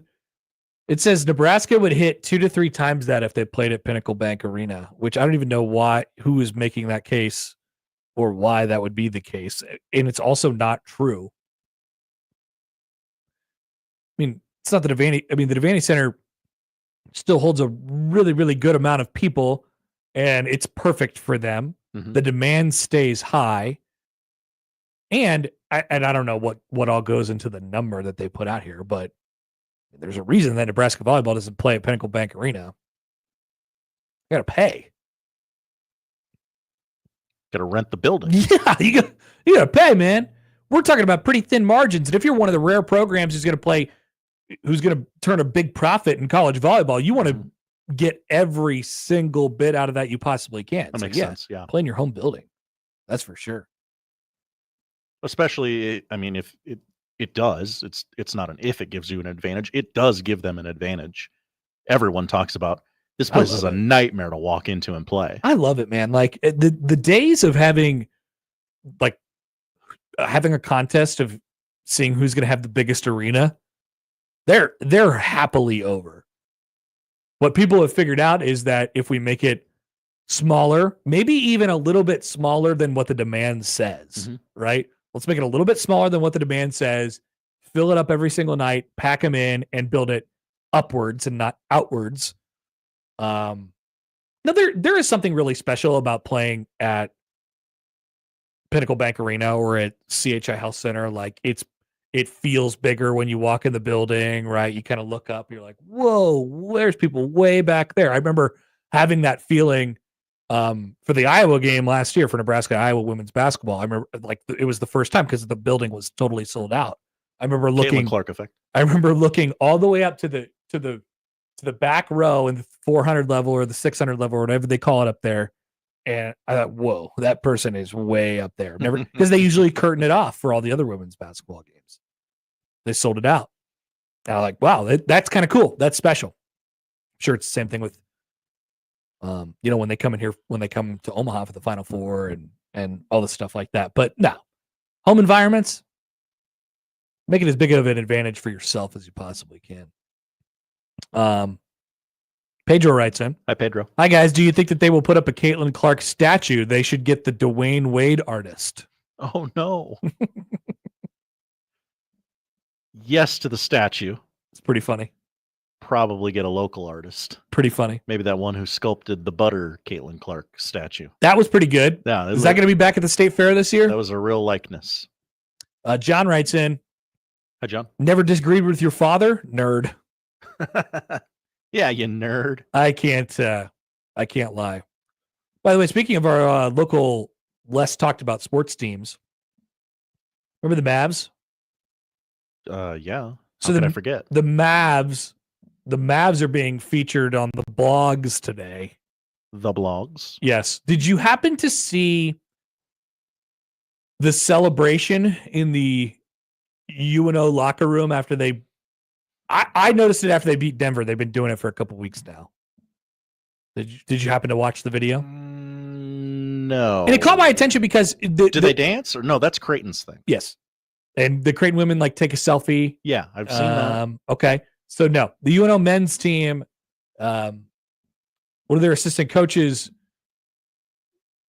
he grabs the nearest trash can that he could find, and then he takes off his belt, and then he starts smacking the trash can with the belt. I love teams. I love teams. That is a great way to put it. That is just guys being dudes. Uh-huh. And so the tweet that came out after UNO won the other night was hit the can. Hit the can. Okay. And there is, I apologize to this assistant. I never know faces with the names. Kyan Brown grabs a trash can. They're chanting hit the can. He puts it in the middle, slaps it down in the middle of the room, and Somebody starts going, starts whipping the trash can. Hit the can. Look at this. He's dragging it in there. Okay. Yep. Keep watching. Uh-huh. Okay, good. He doesn't make a big show of taking the belt off. Okay. Yeah, smack it. Smack it. Smack that can. Mm-hmm. And that's UNO basketball celebration. Hell yeah. Go, guys. It's not bad, is it? No. I think it's original. I support it. Mm-hmm. I hope they don't get canceled for it or something like that. Oh, he took his belt off. He's not lifting his shirt up or anything.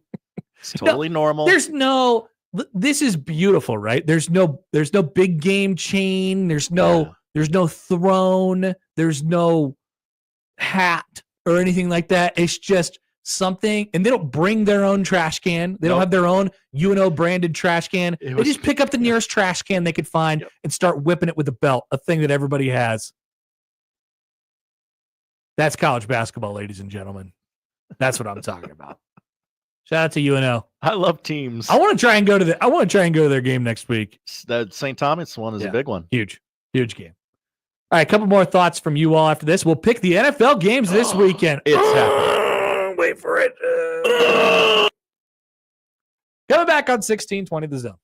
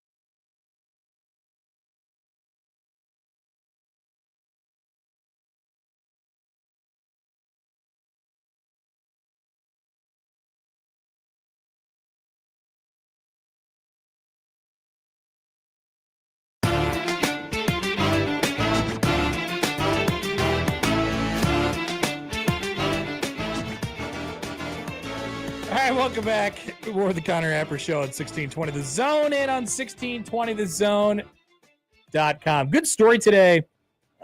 Column from Tom Chattel, the Omaha World Herald, on Ryan Kalkbrenner and his career arc.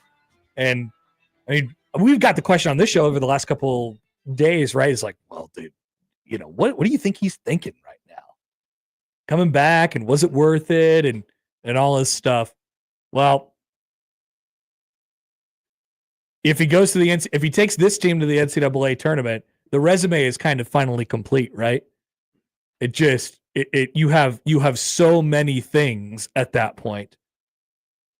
Couple Sweet 16s, Elite Eight, and if there was any questions, it was like, okay, well, what could he do by himself, or what could he do without a bunch of dudes around him, a bunch of, like, you know, NBA players or whatever, fringe NBA players, really good players, all conference caliber players. As if 4-time Big East Defensive Player of the Year wouldn't tell you enough, or 3-time to this moment Big East Defensive Player doesn't tell you enough. Can he carry a team to the NCAA tournament? That's basically the question that Tom Chattel has.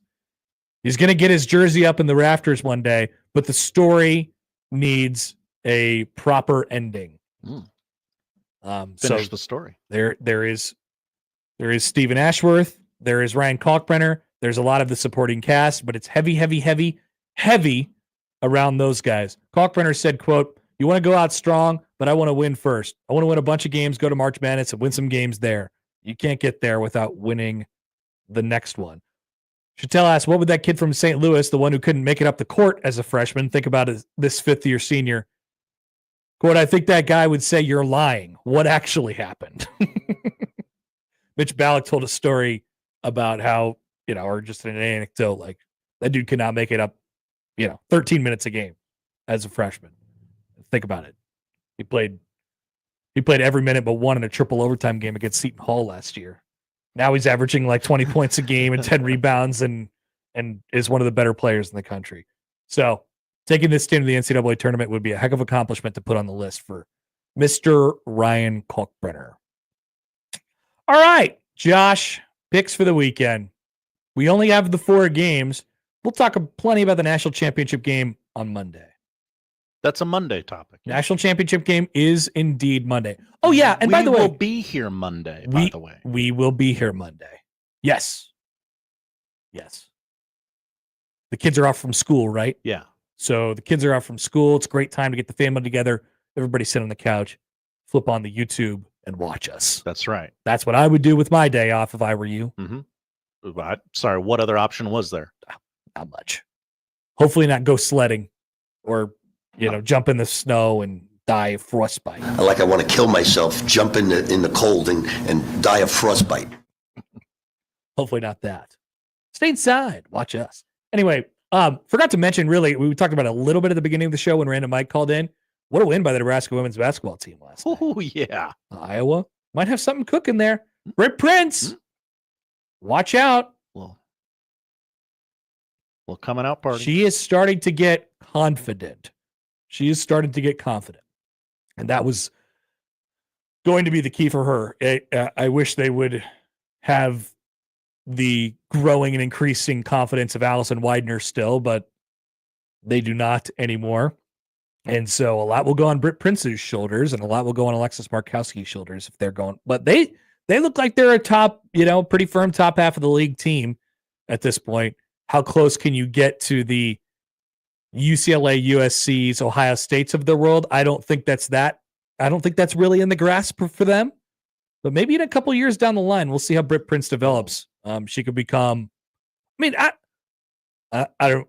You don't say that a person can become like Caitlin Clark, but the Nebraska women have had a few over the years, like people who could get their own shots and get buckets kind of on call, on demand. And Britt appears to be developing into one of those. Women's bracketology has Nebraska as an 8 seed in the Columbia region. Can we get off the 8 and 9? Yeah. Because that has been a problem for them over the last couple of years. You don't want to run into South Carolina in round 2. That is the worst thing that you could do. All right, Josh, picks for the weekend. NFL games. We begin. Let's go in chronological order here. I like that. The Houston Texans are at the Kansas City Chiefs. The Chiefs are an 8-point favorite Saturday, 3:30 on ABC. Or ESPN if you prefer the cable. The choice is yours. If you're on YouTube TV, it'll just say, here's the game. And then you could click on it, and then you can actually pick which channel you want to watch it on, and then it doesn't matter. It doesn't. Yeah, it's the same thing. Yep. Just maybe the commercials are a little different. I'm going first, I take it? Yeah, fire away. Okay. Chiefs are very bad against the spread this season when they are a 7 points or more favorite. Interesting. I still think they will cover because I just don't know how. I don't know how Houston's going to score more than. I think they're going to score 9 points. 9? 9. What if I told you less? I would be inclined to go with you on that journey. Yeah, I'm thinking like 23-7 or something like that. Undies. I am leaning that way. If I was a betting guy and I was giving you betting advice, I'd be like, yeah, less so on the Chiefs, more so on the undies. For sure. I like the Chiefs. Like I said earlier, I think this is the easiest one for me to think about and not have to really give much of a second thought. I might not even give it a first thought. Oh, really? But you just picked Kansas City. I did. Okay. And that required no thought. It did. Correct. Got it. Saturday night, 7:30 on Fox, the Washington Football Commanders visit the Detroit Lions, who are hefty 9.5-point favorites. This game is a scary. If we're thinking about it from the betting angle, it's a horrifying game to bet because it's a wild variance game, right? I can see Jaden Daniels making a bunch of plays, and then grabbing a touchdown lead and losing by 15, right, or something like that. Like these teams could score in a hurry. The defenses are a little suspect at times. There could be, I think the total is 55, somewhere in that range. Is a pretty big number for an NFL game, especially an NFL playoff game. And the quarterbacks are playmakers, and the receivers are playmakers, right? They hit deep passes, and they have big plays, and the coaches are insane. One of them has a backwards hat. The other one likes to eat people's knees. So not necessarily one that I'm particularly interested in gambling on. But if I had to, I would choose the Washington Football Commanders to cover the 9.5, not to win the game. I echo that sentiment completely. I would not agreeing. I would not touch it, but yes, I think Washington. Come on, agree, boy. Has a good chance of covering. All right, let's see if we stay on the same page here. The Los Angeles Rams on Sunday at 2:00. Football starts at 2:00 on Sunday on NBC. Sunday Night Football on NBC at 2:00. Not confusing at all. Where it'll be 3:00 in Philadelphia, and then it'll be dark by halftime. Oh, yeah. Because this is the world that we live in. The Los Angeles Rams visit the Philadelphia Eagles, who are 6.5-point favorites. Philadelphia Eagles, a.k.a. Fat Bastard. They'll get up, and they'll just sit on you. Just like Fat Bastard, the Rams will thwart the Eagles and advance to the NFC Championship. You think the Rams are going to win? Game. I do. I wouldn't be surprised in the slightest. But as I kind of offhand predicted several weeks ago, I just kind of think... I have thought about this occasionally the last few weeks. Yeah. I love the options that we have right now, and a lot of them are really exciting for a potential Super Bowl matchup. The least exciting of which would be the Kansas City Chiefs and the Philadelphia Eagles. That's right. And I think we've been banished to crap Super Bowls now. And at the same time, like, I don't want to take away credit. Like, they're boring. They're more boring, certainly, than they have been in years past. But we have to give credit to these teams. Like, they win games for a reason. Philly, it's hard to beat. They do exactly what they need to do. And Saquon Barkley is tough. With that being said, 6.5 seems big to me. I'll take the Rams. I'm not gutsy. I'm not as gutsy as Josh to say that the Rams are going to win the football game. That's right. Coward. Well, if I end up being right, then you're the idiot.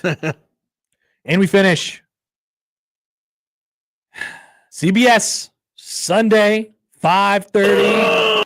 Baltimore is a 1-point favorite at the Buffalo Bills. This line has been bouncing all over the place. Basically back and forth. Snip, snap, snip, snap, snip, snap. 1-point favorite each side. But at last check, it's Baltimore by a point. I think it's I think that the Buffalo Bills get a return trip to Kansas City. Oh, hello. Yeah. For the AFC title game. I just think not that I've trusted them more, because I trust each of these teams the same. Like we were sort of describing it earlier, there could be some variance in this thing. They're kind of mirror images of each other. They both run it really well. Baltimore has more options to run it, but like Buffalo has Josh Allen.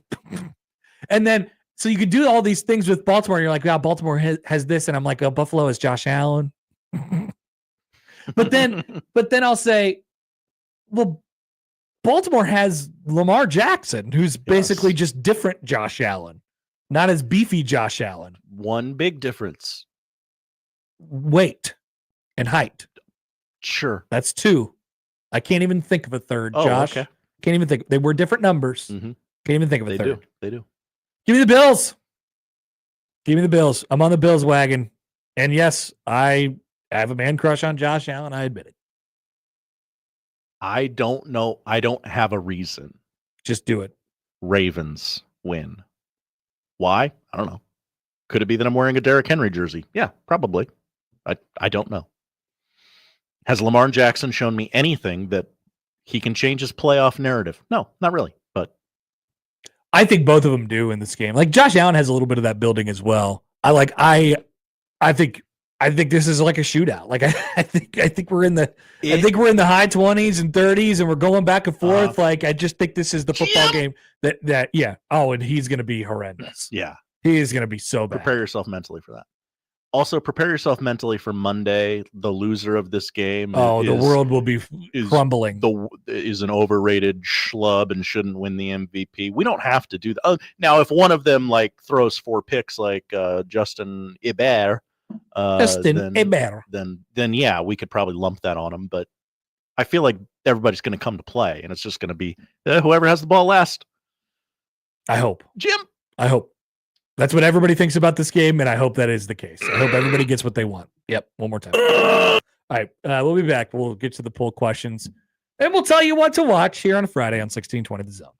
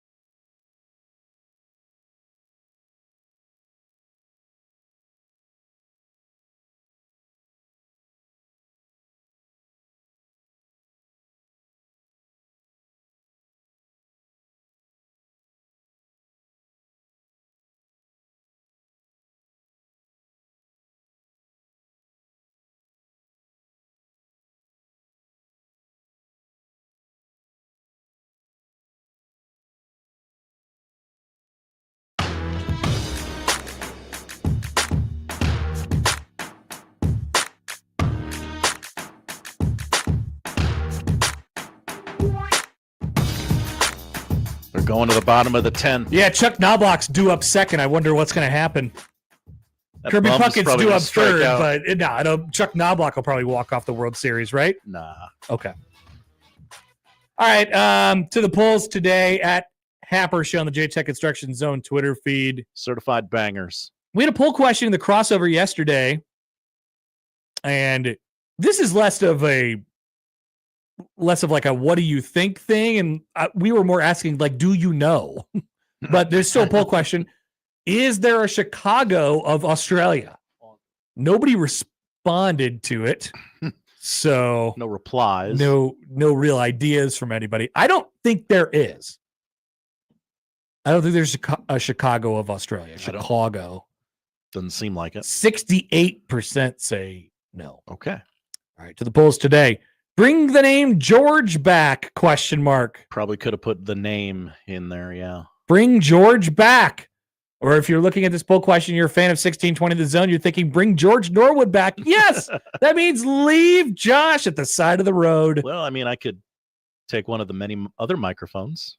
You could. Or chairs. Or you could become producer emeritus. Ooh, I kind of like that. We'll get you a big chair. Hell yeah. You can tell the other producers what to do. I already do. Yes, bring George back. 54% say no. Wow. Racists. Exactly. That's exactly what I was thinking.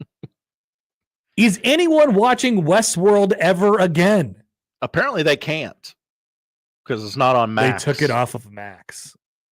I thought it was a streaming service. I thought the whole thing was you leave all of the stuff on there. It's just there in perpetuity throughout the universe. Because it's yours. It's your property. Yeah.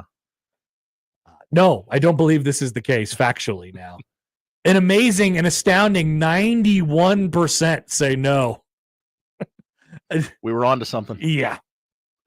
Is Des Moines a world-class city? No. Most voted on poll question of the day. It is most certainly not. 90% say no. Wow. Overwhelming. Are the Eagles fat bastard? Hell yeah. Yep. Thank you. I made a good analogy today. 68% say yes. Almost nice. And finally, do people use highlighters anymore? I own them. I like having them around. I don't really use them. I use them for like broadcasts. Yeah. Getting a game going. Yeah. So I do. And I think people do. Okay. Because, Josh, we forget sometimes that other people have regular jobs and you might need those. Never had a regular job. 8% say yes. Those are the polls. What are we watching tonight? Well, this weekend we got NFL football. Chiefs host the Texans 3:30 tomorrow on ESPN and ABC. All 4 games on 1620 The Zone. You can get Mitch Holtis, his last call of the year that we're legally allowed to air on 1180 after Creighton women's basketball. I know that's kind of confusing, but about 4:00 is when we'll start the Mitch Holtis call. Okay. Over on 1180. Commanders Lions 7:00. The old preempt. Yeah.